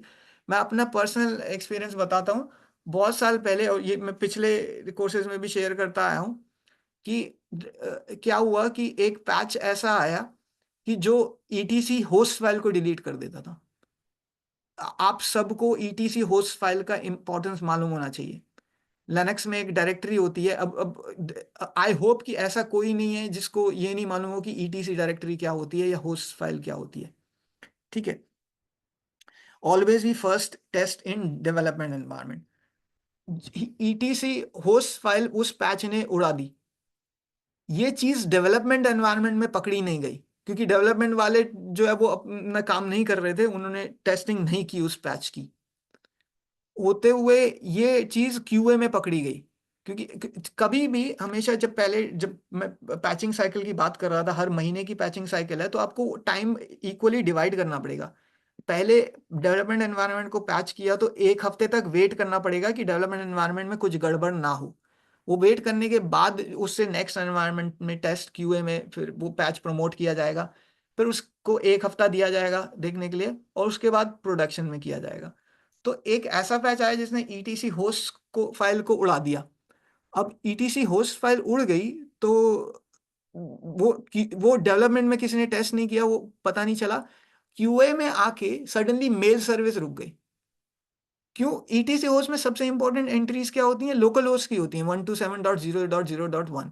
अगर आप वो एंट्री सिस्टम से उड़ा देंगे तो बहुत सारी इंटरनल सर्विसेज चलनी बंद हो जाएंगी, NFS, मेल सर्विस। तो ये चीजें, तो ऑब्वियसली वो QA में टेस्टिंग होती थी कि हम वो ईमेल्स भी करके देखते थे। लकीली वो QA में पकड़ा गया कि मेल्स नहीं जा रही। वो अब वहाँ रूट कॉज एनालिसिस हुआ, मेल्स क्यों नहीं जा रही, क्यों नहीं जा रही, तो किसी को सपना तो नहीं आएगा कि ETC होस्ट उड़ गई है। तो देखते देखते पता चला वो 127 की सर्विस नहीं चली। 127 क्यों नहीं चल रहा? क्योंकि वो रिजॉल्व नहीं हो रहा लोकल होस्ट। वो फिर पता चला ETC होस्ट जो है एम्प्टी है। तो ये चीज, ऐसी घटना प्रोडक्शन में ना हो जाए, इसलिए आपको सैटेलाइट से पहले डेवलपमेंट एनवायरनमेंट को पैच करना है, फिर QA test life cycle environment को, फिर प्री प्रोड स्टेजिंग जो भी बीच में एनवायरनमेंट आप दो तीन या उससे ज्यादा एनवायरनमेंट बना सकते हैं, और फाइनली फिर प्रोडक्शन एनवायरनमेंट को पैच करना चाहिए कि ऐसा दुर्घटना ना हो। That's about environment. फिर जो नेक्स्ट पॉइंट है, अभी मैंने ऑर्गेनाइजेशन से रिलेशन में बताया कि कल हम सैटेलाइट में मैनिफेस्ट फाइल देखेंगे। मैनिफेस्ट फाइल जो है वो सैटेलाइट का लाइसेंस होती है। मैनिफेस्ट फाइल एक जिप फाइल होती है, यहाँ पे 0.5 में लिखा है लाइसेंस जिप फाइल। वो देखो, अलग अलग दुनिया में मैनिफेस्ट का मीनिंग अलग अलग होता है। ठीक है, इन डिफरेंट वर्ल्ड्स। जैसे सैटेलाइट में मैनिफेस्ट का मीनिंग होता है सैटेलाइट का license. When we say in satellite world what is manifest, it is the license file of satellite. Satellite बिना मैनिफेस्ट फाइल के नहीं चल सकता। जब आप सैटेलाइट इंस्टॉल करते हैं तो आप रेड हैट से लाइसेंस लेते हैं, वो लाइसेंस मैनिफेस्ट के फॉर्म में आता है। आप रेड हैट के पोर्टल से उसको एक्सपोर्ट कर सकते हैं। वो मैनिफेस्ट फाइल को एक्सपोर्ट करके फिर आप अपने सैटेलाइट में लोड करेंगे। उस मैनिफेस्ट फाइल में जो जो लाइसेंसेस हैं, वो वाली रिपोजिटरीज फिर आपको सैटेलाइट में दिखेंगी सिंक करने के लिए। वो रिपोजिटरीज को आप सैटेलाइट से सिंक करेंगे, फिर उन रिपोजिटरीज के RPMs जो है वो अपने लिनक्स सर्वर्स पे इंस्टॉल करेंगी। So manifest file is the license of satellite. मैंने अभी अभी ऑर्गेनाइजेशन के बारे में बताया था। अगर एक से ज्यादा ऑर्गेनाइजेशन है तो एक सिंगल मैनिफेस्ट फाइल से चल जाएगा कि नहीं? Did you understand the concept? You can write yes और नो इन चैट।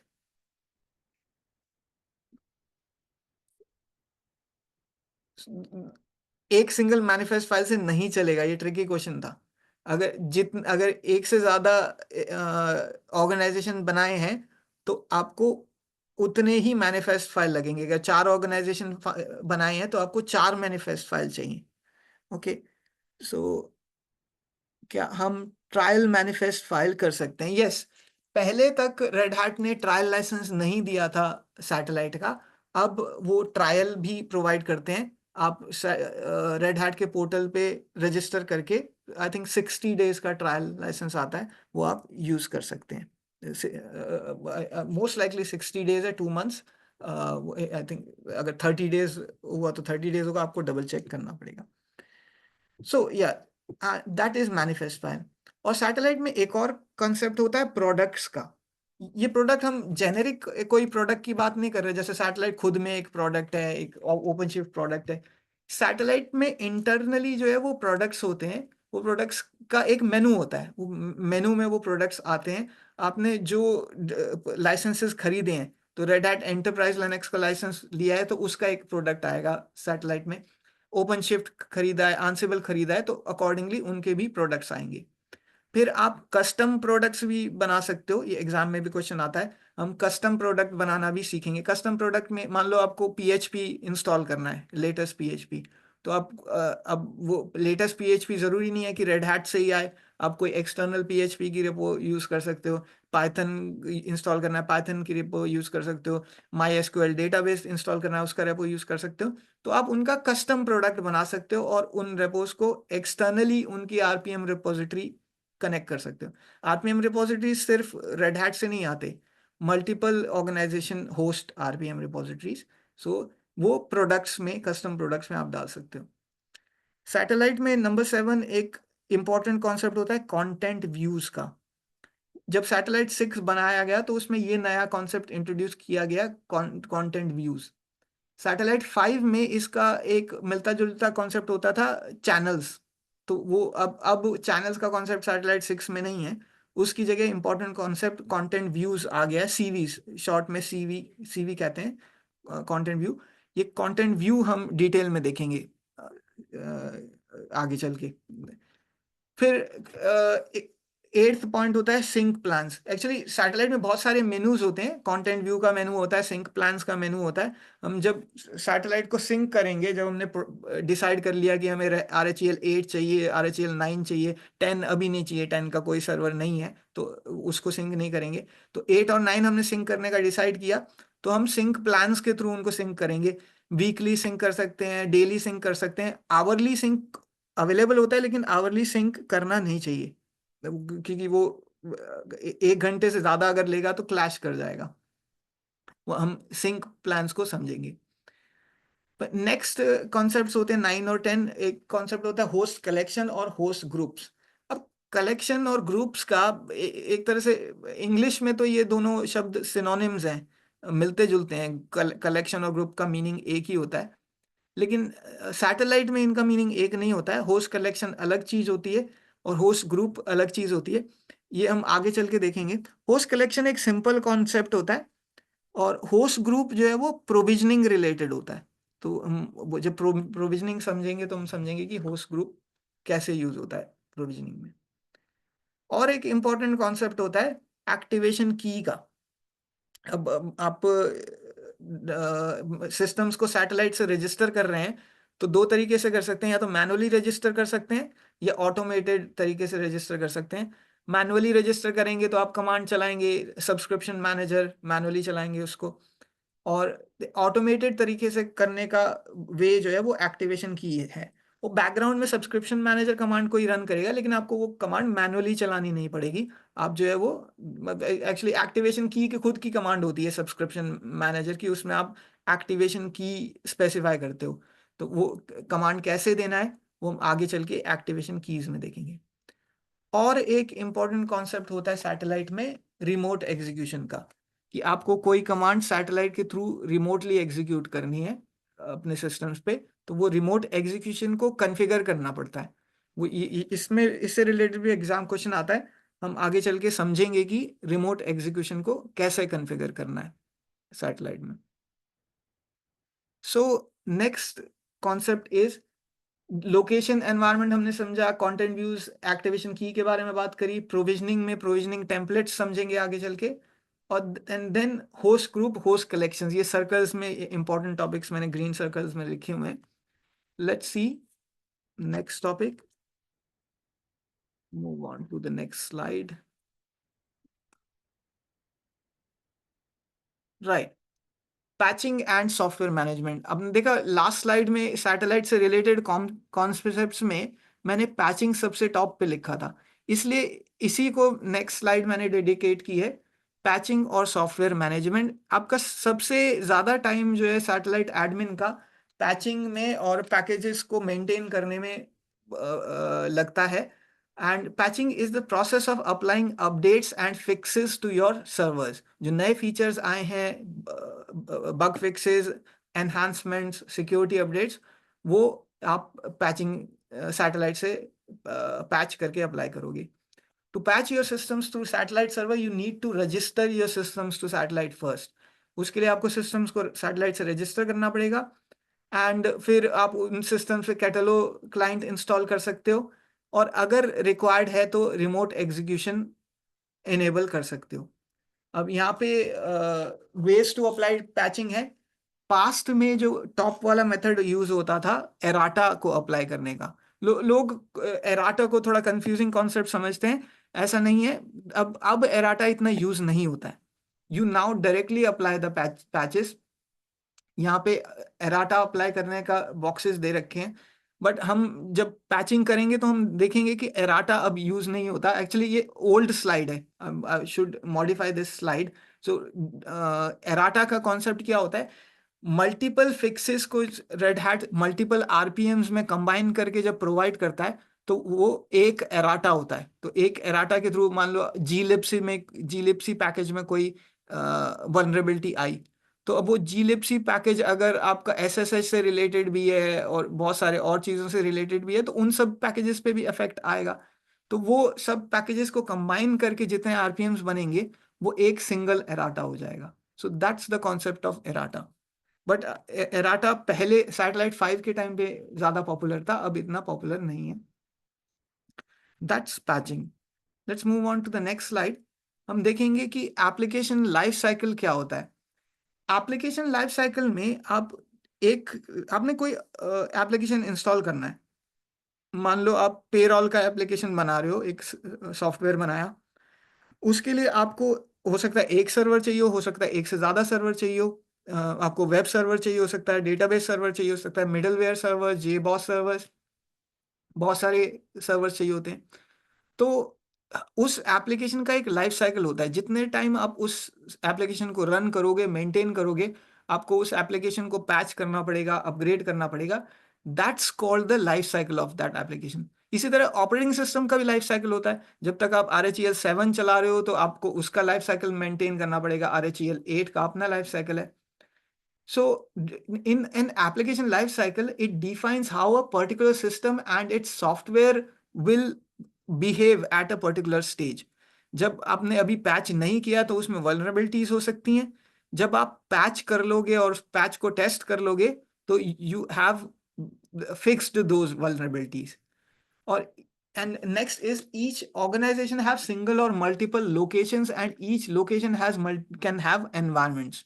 So हम कल सैटेलाइट को इंस्टॉल करेंगे तो हम ऑर्गेनाइजेशन, लोकेशन और लाइफ साइकिल एनवायरनमेंट्स को क्रिएट करेंगे।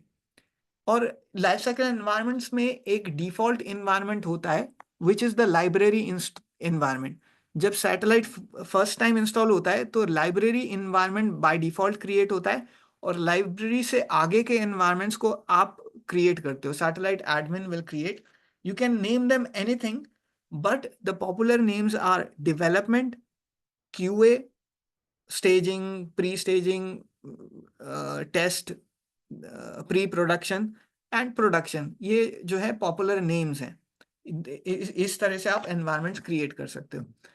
और so the first environment will be library environment. You don't need to create that environment, it will be created automatically. Yeah, in the diagram Red Hat satellite is shown. The user will log in, they will push the patches, जो content views के through patches apply होते हैं, those content views will be applied to library environment first, and then they will be applied to dev, QA and production environment. So यहाँ पे 3 environment दिखाए गए हैं library के बाद, डेव, QA, एक्चुअली QA होना चाहिए, QE स्लाइड में लिखा है। QA का फुल फॉर्म क्या होता है? Anyone knows? QA एनवायरनमेंट किस लिए यूज होता है? बेसिकली वो प्रोडक्शन से मिलता जुलता एनवायरनमेंट होता है। डेवलपमेंट एनवायरनमेंट में तो आप डेवलपमेंट एनवायरनमेंट को ब्रेक कर सकते हैं, लेकिन QA environment, I mean although वो प्रोडक्शन एनवायरनमेंट नहीं है, क्वालिटी अश्योरेंस या एनालिसिस। सर ये quality assurance yes, right correct, sir, quality quality assurance assurance, या इसके लिए प्री प्रोड और प्री स्टेज एनवायरनमेंट होता है। एग्जैक्टली और इसको मैक्सिमम टाइम्स पे आपको प्रोडक्शन से मिलता जुलता रखना होता है, क्योंकि प्रोडक्शन में जो भी पैचेस अप्लाई होंगे उनको पहले उससे मिलते जुलते एनवायरनमेंट में टेस्ट करना है। ऐसा नहीं है कि प्रोडक्शन एनवायरनमेंट तो है वर्जन 8 पे, डेवलपमेंट एनवायरनमेंट अभी भी वर्जन 2 पे है, तो आप उस पे टेस्ट करके सोच रहे हो कि वो प्रोडक्शन 8 पे भी वो सारे पैचेस सही चलेंगे। ऐसा नहीं करना है। उसके लिए आपको डेवलपमेंट एनवायरनमेंट अगर किसी और वर्जन पे है तो आपकी पैचिंग टेस्टिंग जो है वो क्यूए पे ज़्यादा रिलायबल होगी, क्योंकि क्यूए का वर्जन आप हमेशा प्रोडक्शन से सेम रखते हो। अगर अलग हो गया तो ये आपकी ड्यूटी है कि क्यूए को आप प्रोडक्शन से मिलते जुलते वर्जन पे लेके आओ। So that's quality assurance. So next let's see subscription and content management. अब थोड़ा लाइसेंसिंग पे बात करते हैं। हाँ, आपको लाइसेंसिंग मैनेज करनी है रेड हैट एंटरप्राइज लिनक्स की, RHEL 6, 7, 8, 9 की। अब 10 भी आ गया इस स्लाइड पे, मुझे 10 भी ऐड करना चाहिए, और इनफैक्ट और भी प्रोडक्ट्स ऐड करने चाहिए, और ओपन शिफ्ट, आंसिबल, ओपन स्टैक। इन सभी वर्जन के कुछ आर्किटेक्चर्स होते हैं। यहाँ पे आर्किटेक्चर जब हम बात कर रहे हैं तो वो आर्किटेक्चर डायग्राम नहीं जो अभी हमने पीछे सैटेलाइट का देखा था, ये आर्किटेक्चर हम बात कर रहे हैं सीपीयू आर्किटेक्चर, प्रोसेसर आर्किटेक्चर की। तो सबसे पॉपुलर प्रोसेसर आर्किटेक्चर है इंटेल आर्किटेक्चर, जिसको कॉमनली x86 भी कहते हैं। x86 जो है वो 32 बिट आर्किटेक्चर था। 32 बिट आर्किटेक्चर के बाद जो उन्होंने नेक्स्ट हायर वर्जन रिलीज किया उसको 64 बिट कहते हैं, डबल द वर्जन्स। बिट क्या होता है? Bit is a binary digit. Binary digit मतलब 0 और 1।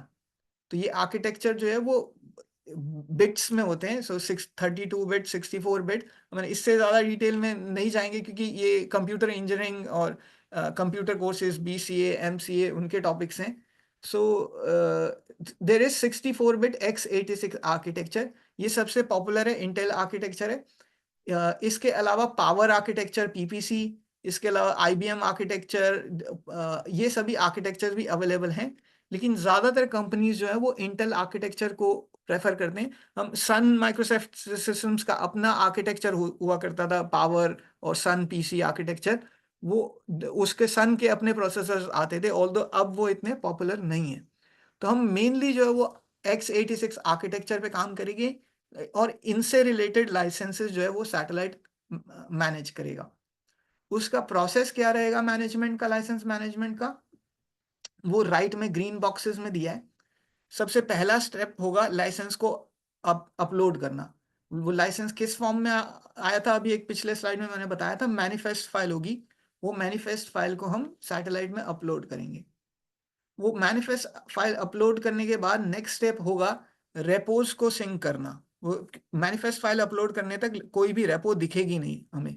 जब मैनिफेस्ट अपलोड किया तो उस मैनिफेस्ट में जो जो लाइसेंसेज हैं उनके रिपोज सैटेलाइट में दिखने स्टार्ट हो जाएंगे। लेकिन सिर्फ रेपोज दिखने से का मीनिंग ये नहीं होता कि RPM पैकेजेस आ गए, डाउनलोड हो गए। आपको उन रेपोज को रेड हैट पोर्टल से सिंक करना पड़ेगा, तब आपको ये मिलेगा RPM पैकेजेस। सो फिर उन RPM पैकेजेस को सैटेलाइट में डाउनलोड करने के बाद आपको कंटेंट व्यूज क्रिएट करने पड़ेंगे, और उन कंटेंट व्यूज को आपको वो मशीन्स को असाइन करना पड़ेगा, उन कंटेंट व्यूज को सिंक करना पड़ेगा, और फिर वो पैचेस जो है मशीन्स पे अप्लाई होंगे, वो RPM patches. So this is in short this is the process. लेकिन हम एक्शन में इसको देखेंगे। ये तो थ्योरी में समझा है, obviously we have to see it in action. This course is about both, best of both worlds, theory as well as practical. हम practical में satellite installation, capsule installation देखेंगे। Let's come to the next slide. I'm just time conscious. We have right time. So हम 3 slides जो है remaining time में cover कर लेंगे। हमने बात की थी प्रोविजनिंग की, लाइसेंस मैनेजमेंट की, लाइफ साइकिल एनवायरनमेंट्स की, डेवलपमेंट, QA, प्रॉड। अब नेक्स्ट हम बात करते हैं कॉन्फ़िगरेशन मैनेजमेंट की। कॉन्फ़िगरेशन मैनेजमेंट में while पैचिंग और errata application is done, there is configuration management done. Satellite में 2 कंपोनेंट्स हैं कॉन्फ़िगरेशन मैनेजमेंट और ऑटोमेशन के लिए। एक है Ansible और दूसरा है Puppet. Those are the major tools to apply configuration changes.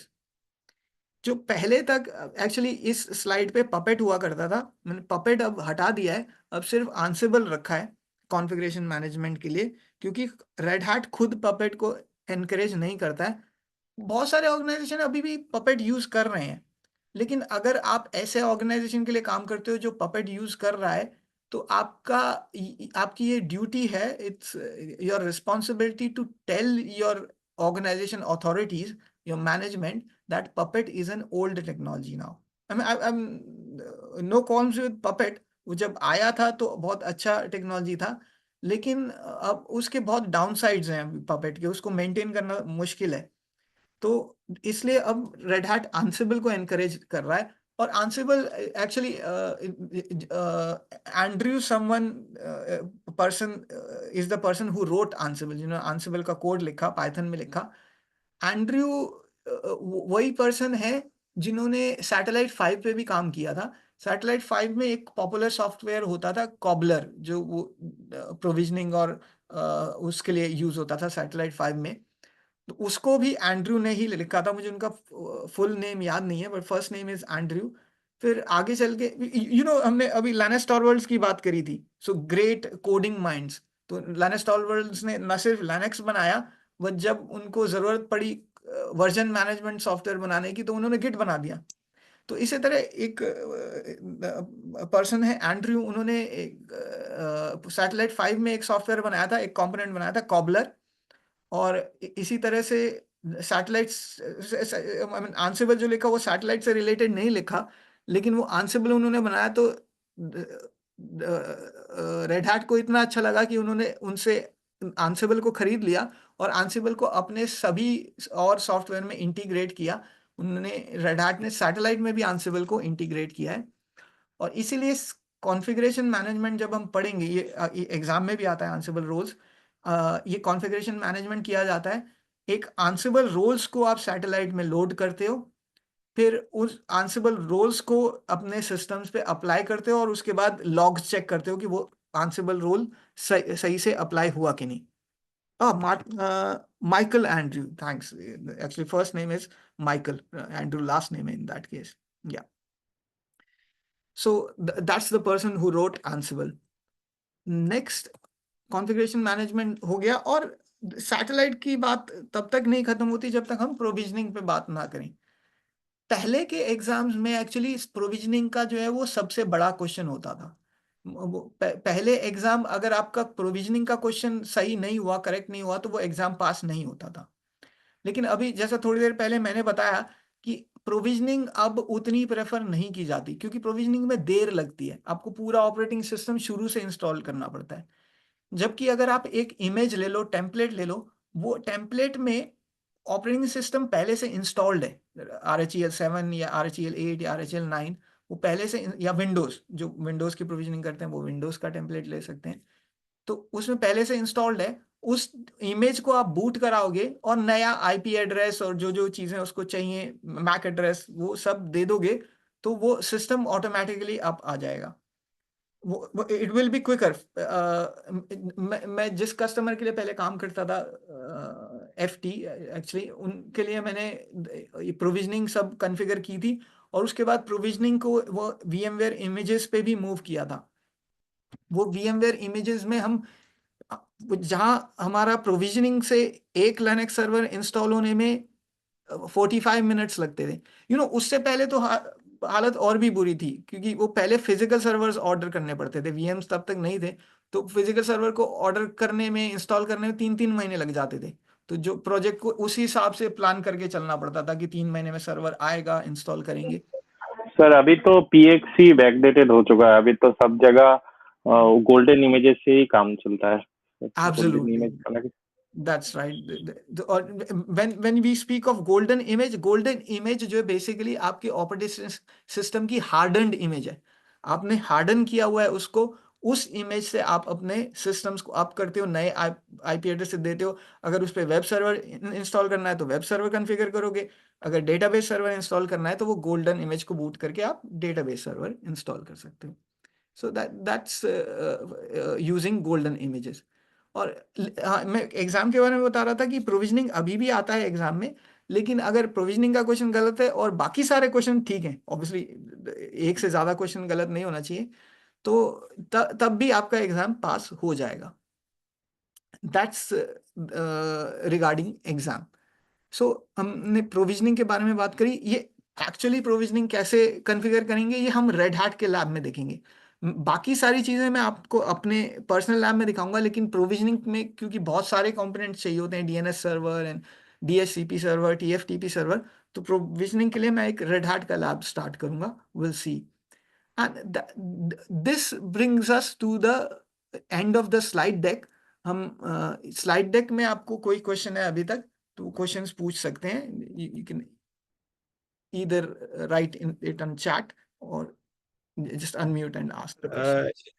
Uh, uh, Manoj, you were talking about the components of the satellite, right? Okay. Actually, what is exactly the catalog? Actually, is it like a database or what it is actually? I'm able to understand the other things, but Yes. catalog is confusing actually. Yeah, sure. Thanks for the question. Catalog is not a database, but Catalog writes to Postgres database. So Postgres database is also one of the components which is separate from Catalog. So Catalog is a software which manages the interaction of Linux clients with the satellite. So, for example, if new patches are available and you have downloaded those patches, you have released those patches in development environment, QA environment, so and I mean tested in development, then released in QA, but you have not run yum update on systems, right? So then would those patches be available to those systems or not? If if you have applied those patches, those content views, those patches to development environment, those patches will be available in the development environment. For example, let's talk about version. Suppose your Linux server is on version 8.5. You install RHEL 8 and currently your system is running RHEL 8.5. Tomorrow, Red Hat releases RHEL 8.6, 8.7, 8.10. I mean, the latest one obviously being 8.10. You have downloaded that next version, 8.6 or 8.7 or 8.10 in satellite. Fine, it's there in satellite. You have applied it in content view and everything, but it is not installed on your servers yet. The satellite has provision that you need not release that to those 8.5 servers. What you can do is those servers automatically check in into satellite. By default, the check-in time period is 4 hours. You can configure that. You can change that to 1 hour or make it 8 hours.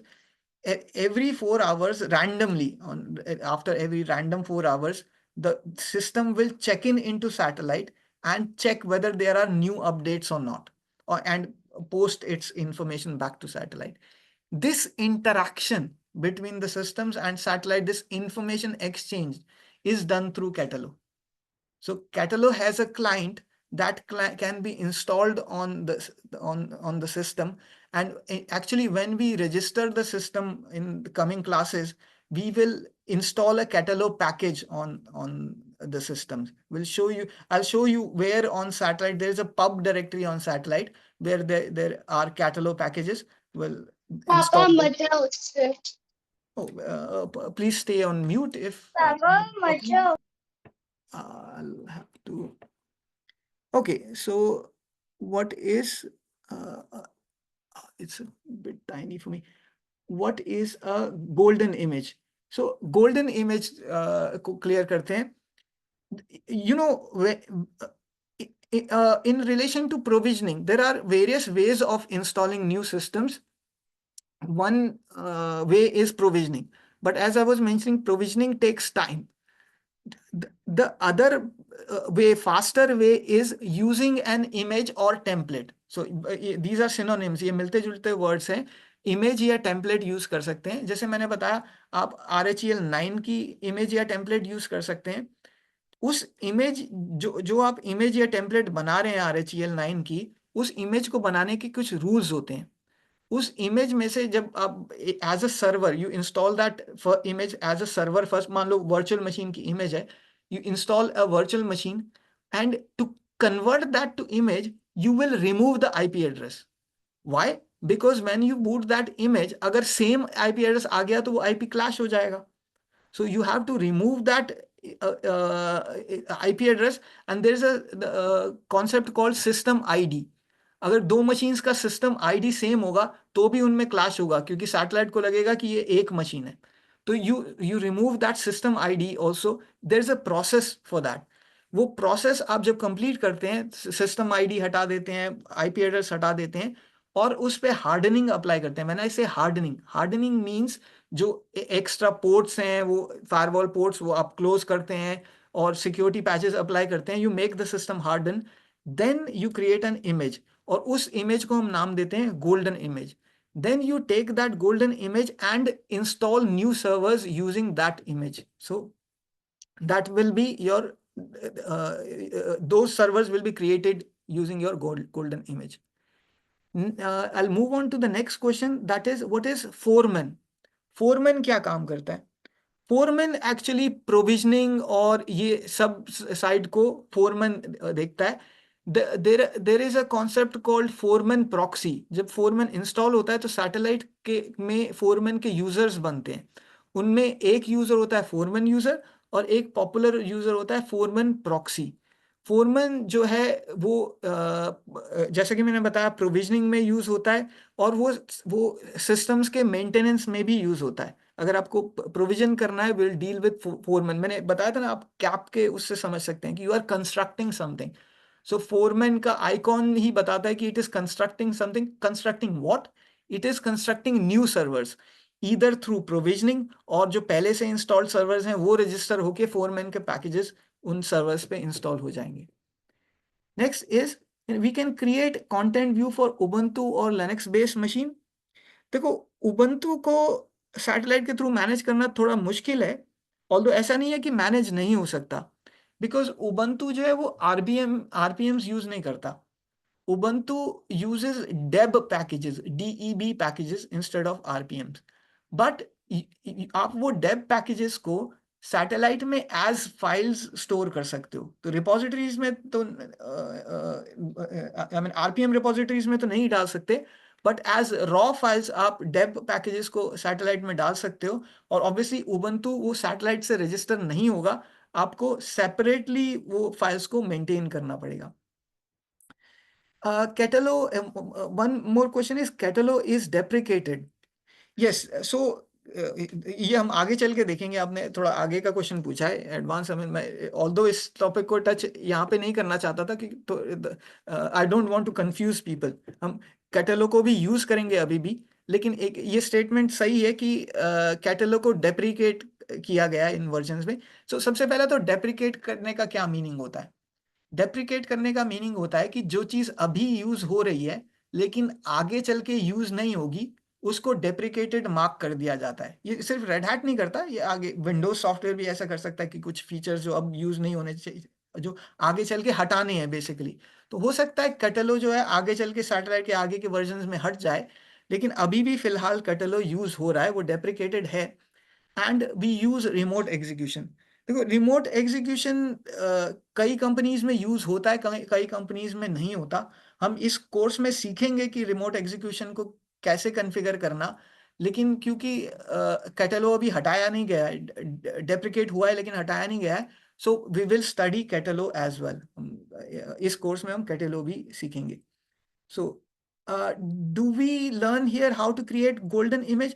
नहीं, इस course में हम ये तो नहीं सीखेंगे कि golden image कैसे क्रिएट करते हैं, लेकिन गोल्डन इमेज को क्रिएट करने से रिलेटेड एक एस्पेक्ट पैचिंग, क्योंकि गोल्डन इमेज को भी आपको पैच करना पड़ता है, तो हम पैचिंग को कवर करेंगे, थोड़ा माइल्ड फॉर्म में पैचिंग को कवर करेंगे. And can we create a replica of my running satellite for HA? हमने शुरू में इस क्लास के शुरू में मैंने HA की बात की थी, और ये बताया था कि सैटेलाइट का HA क्रिएट करने के लिए ऐसा नहीं है कि हम 2 सैटेलाइट बनाते हैं पैरेलली.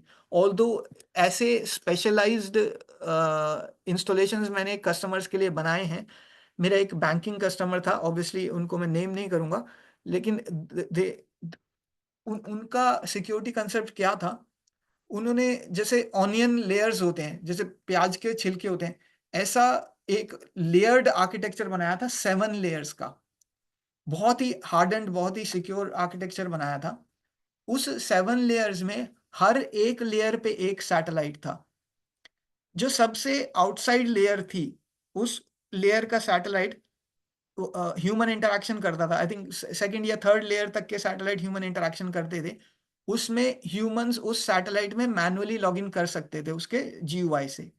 लेकिन जो उस ऑनियन लेयर आर्किटेक्चर के इंटरनल लेयर्स थे, second, third, fourth, fifth, sixth, seventh layer तक, वो उस 7th लेयर पे जाके जो है मैनुअल लॉगिन पॉसिबल नहीं था, सिर्फ ऑटोमेटेड लॉगिन पॉसिबल था।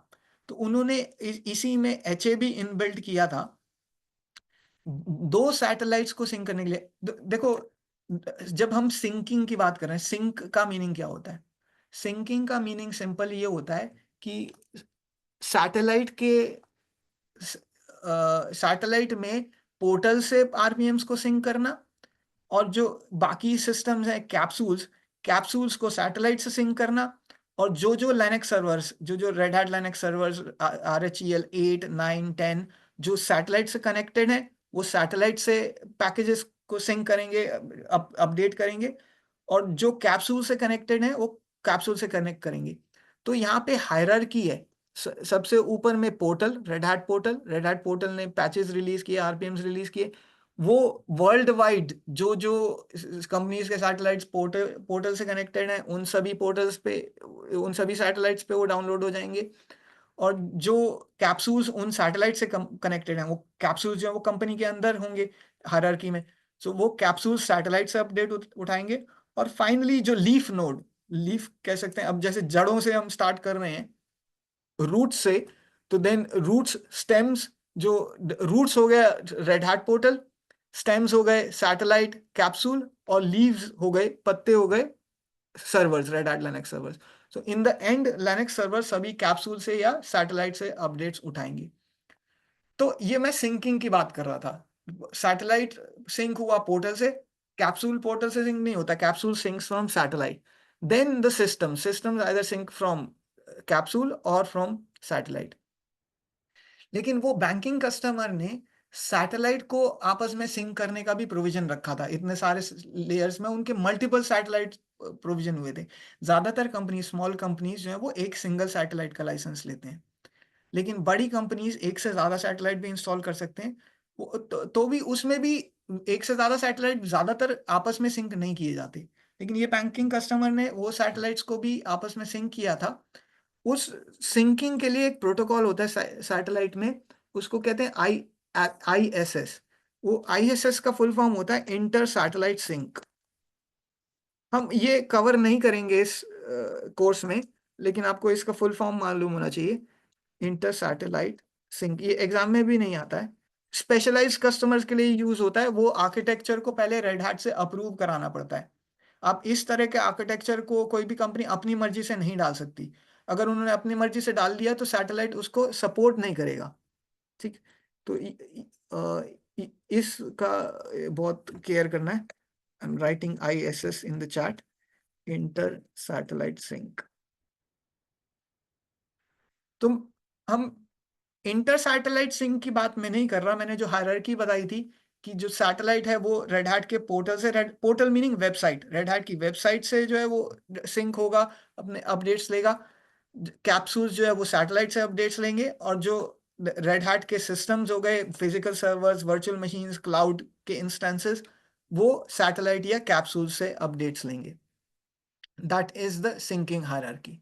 सो राइट, सो एक्चुअली अब यहाँ पे एक चीज और आ जाती है, वो बताना जरूरी है, उसके बाद हम आज की क्लास को क्लोज करेंगे। क्या सैटेलाइट से मिलते जुलते और प्रोडक्ट्स अवेलेबल हैं मार्केट में? आप में से कोई ऐसा प्रोडक्ट को जानते हैं? चार्ट में लिख सकते हैं। मैं विंडोज से कंपेयर नहीं कर रहा। हमने शुरू में विंडोज के AD सिस्टम की बात करी थी, एक्टिव डायरेक्टरी सिस्टम्स की एक्टिव डायरेक्टरी के थ्रू वो विंडोज को पैच करते हैं। लेकिन यहाँ जब लिनक्स के सर्वर बहुत सारे हो गए रेड हैट के, तो या एक पॉपुलर करमजीत ने और राजकमल ने लिखा है सूजे मैनेजर। सूजे मैनेजर का एक्चुअली नाम चेंज हो गया है अभी रिसेंटली। वो भी सैटेलाइट से मिलता जुलता प्रोडक्ट है, पॉपुलर नेम उसका सूजे मैनेजर है, इसलिए आपने सूजे मैनेजर लिखा। उस सूजे मैनेजर का नाम चेंज करके सूजे ने रख दिया है मल्टी लिनक्स मैनेजर। अब सूजे उसको मल्टी लिनक्स मैनेजर कहता है। वो सैटेलाइट का एक कंपेटिटर है। सूजे मैनेजर में एक्चुअली ज़्यादा फीचर्स हैं, आई शुड मेंशन दैट। जो अभी किसने उबुंटू का पूछा था कि वो सैटेलाइट के थ्रू मैनेज हो सकता है। रेड हैट सैटेलाइट उबुंटू को मैनेज करने के डायरेक्ट फीचर्स प्रोवाइड नहीं करता, लेकिन सूजे कंपनी का सूजे मैनेजर जो है वो सूजे लिनक्स के अलावा रेड हैट के क्लाइंट्स को भी मैनेज कर सकता है, उबंटू को भी मैनेज कर सकता है, और कुछ हद तक सोलारिस के क्लाइंट्स को भी मैनेज कर सकता है। इनफैक्ट रेड हैट सैटेलाइट भी पुराने वर्जन्स में सोलारिस को मैनेज करता था। उन्होंने अब सोलारिस को मैनेज करने का फीचर हटा दिया क्योंकि वो अब इतना पॉपुलर नहीं रहा है। तो इसमें एक कंपेटिटर जो है वो सूजे मैनेजर है। ओपन सोर्स में इसके साथ ही ओपन सोर्स के बारे में बताना भी जरूरी है। जो मैंने बताया था कि सैटेलाइट 6 का एक सिंगल प्रोजेक्ट नहीं है अपस्ट्रीम। अभी किसी ने फोरमैन के बारे में भी पूछा था। हाँ सर, मैं एक लिंक भी शेयर किया, इसमें सर वो फोरमैन कैटेलॉग का डॉक्स भी है जो जिसको सेंटोस का मैनेजमेंट कर सकता है इससे, मतलब जो भी कम्युनिटी एग्जैक्टली है उसको। सो जो लोग सैटेलाइट के लाइसेंस के लिए पे नहीं करना चाहते, सैटेलाइट का इक्विवेलेंट ओपन सोर्स यूज करना चाहते हैं, वो फोरमैन को यूज कर सकते हैं। एक क्वेश्चन आया कि एकदम सेम यूआई है सर, मतलब यस एब्सोल्युटली जैसे कि सेंटोस का होता है ना रेड हैट का same UI, same foreman catalogue का भी same UI same. Exactly thanks, आपने ये बहुत वैलिड पॉइंट बोला है। हम सैटेलाइट का जीयूआई देखेंगे तो अगर कोई फोरमैन इंस्टॉल करता है अपने एनवायरनमेंट में, तो फोरमैन का भी सैटेलाइट से मिलता जुलता यूआई है, क्योंकि सैटेलाइट भी फोरमैन के प्रोजेक्ट को ही यूज करता है, लेकिन स्टेबल पैकेजेस को। सो फोरमैन कैटेलो जो ये अपस्ट्रीम है, ये ब्लीडिंग एज का मीनिंग क्या होता है कि जो लेटेस्ट, जो अभी इतना स्टेबल नहीं है, उसमें बग्स हो सकते हैं। लेकिन रेड हैट सैटेलाइट तो रेड हैट जो है वो बगी सॉफ्टवेयर नहीं दे सकता, इसलिए उनको स्टेबल वर्जन बनाना पड़ता है, वो एंटरप्राइज वर्जन होता है, और इसलिए रेड हैट सैटेलाइट जो है फोरमैन का ही एंटरप्राइज वर्जन है। अब एक इम्पॉर्टेंट क्वेश्चन आया है कि sir why SUSE are not so popular like red hat. ये एक्चुअली इसका आंसर थोड़ा कंट्रोवर्सी में जाता है, तो मैं वो रिकॉर्डिंग पे बताने के बजाय I will stop the recording and then deal with this question. इससे पहले ऐसा कोई क्वेश्चन तो नहीं है किसी का जो रिकॉर्डिंग पे जाना चाहिए, क्योंकि obviously you guys will see this recording. So okay, in that case I will stop the recording and then answer this last question. So I'll stop sharing and let me stop the recording as well.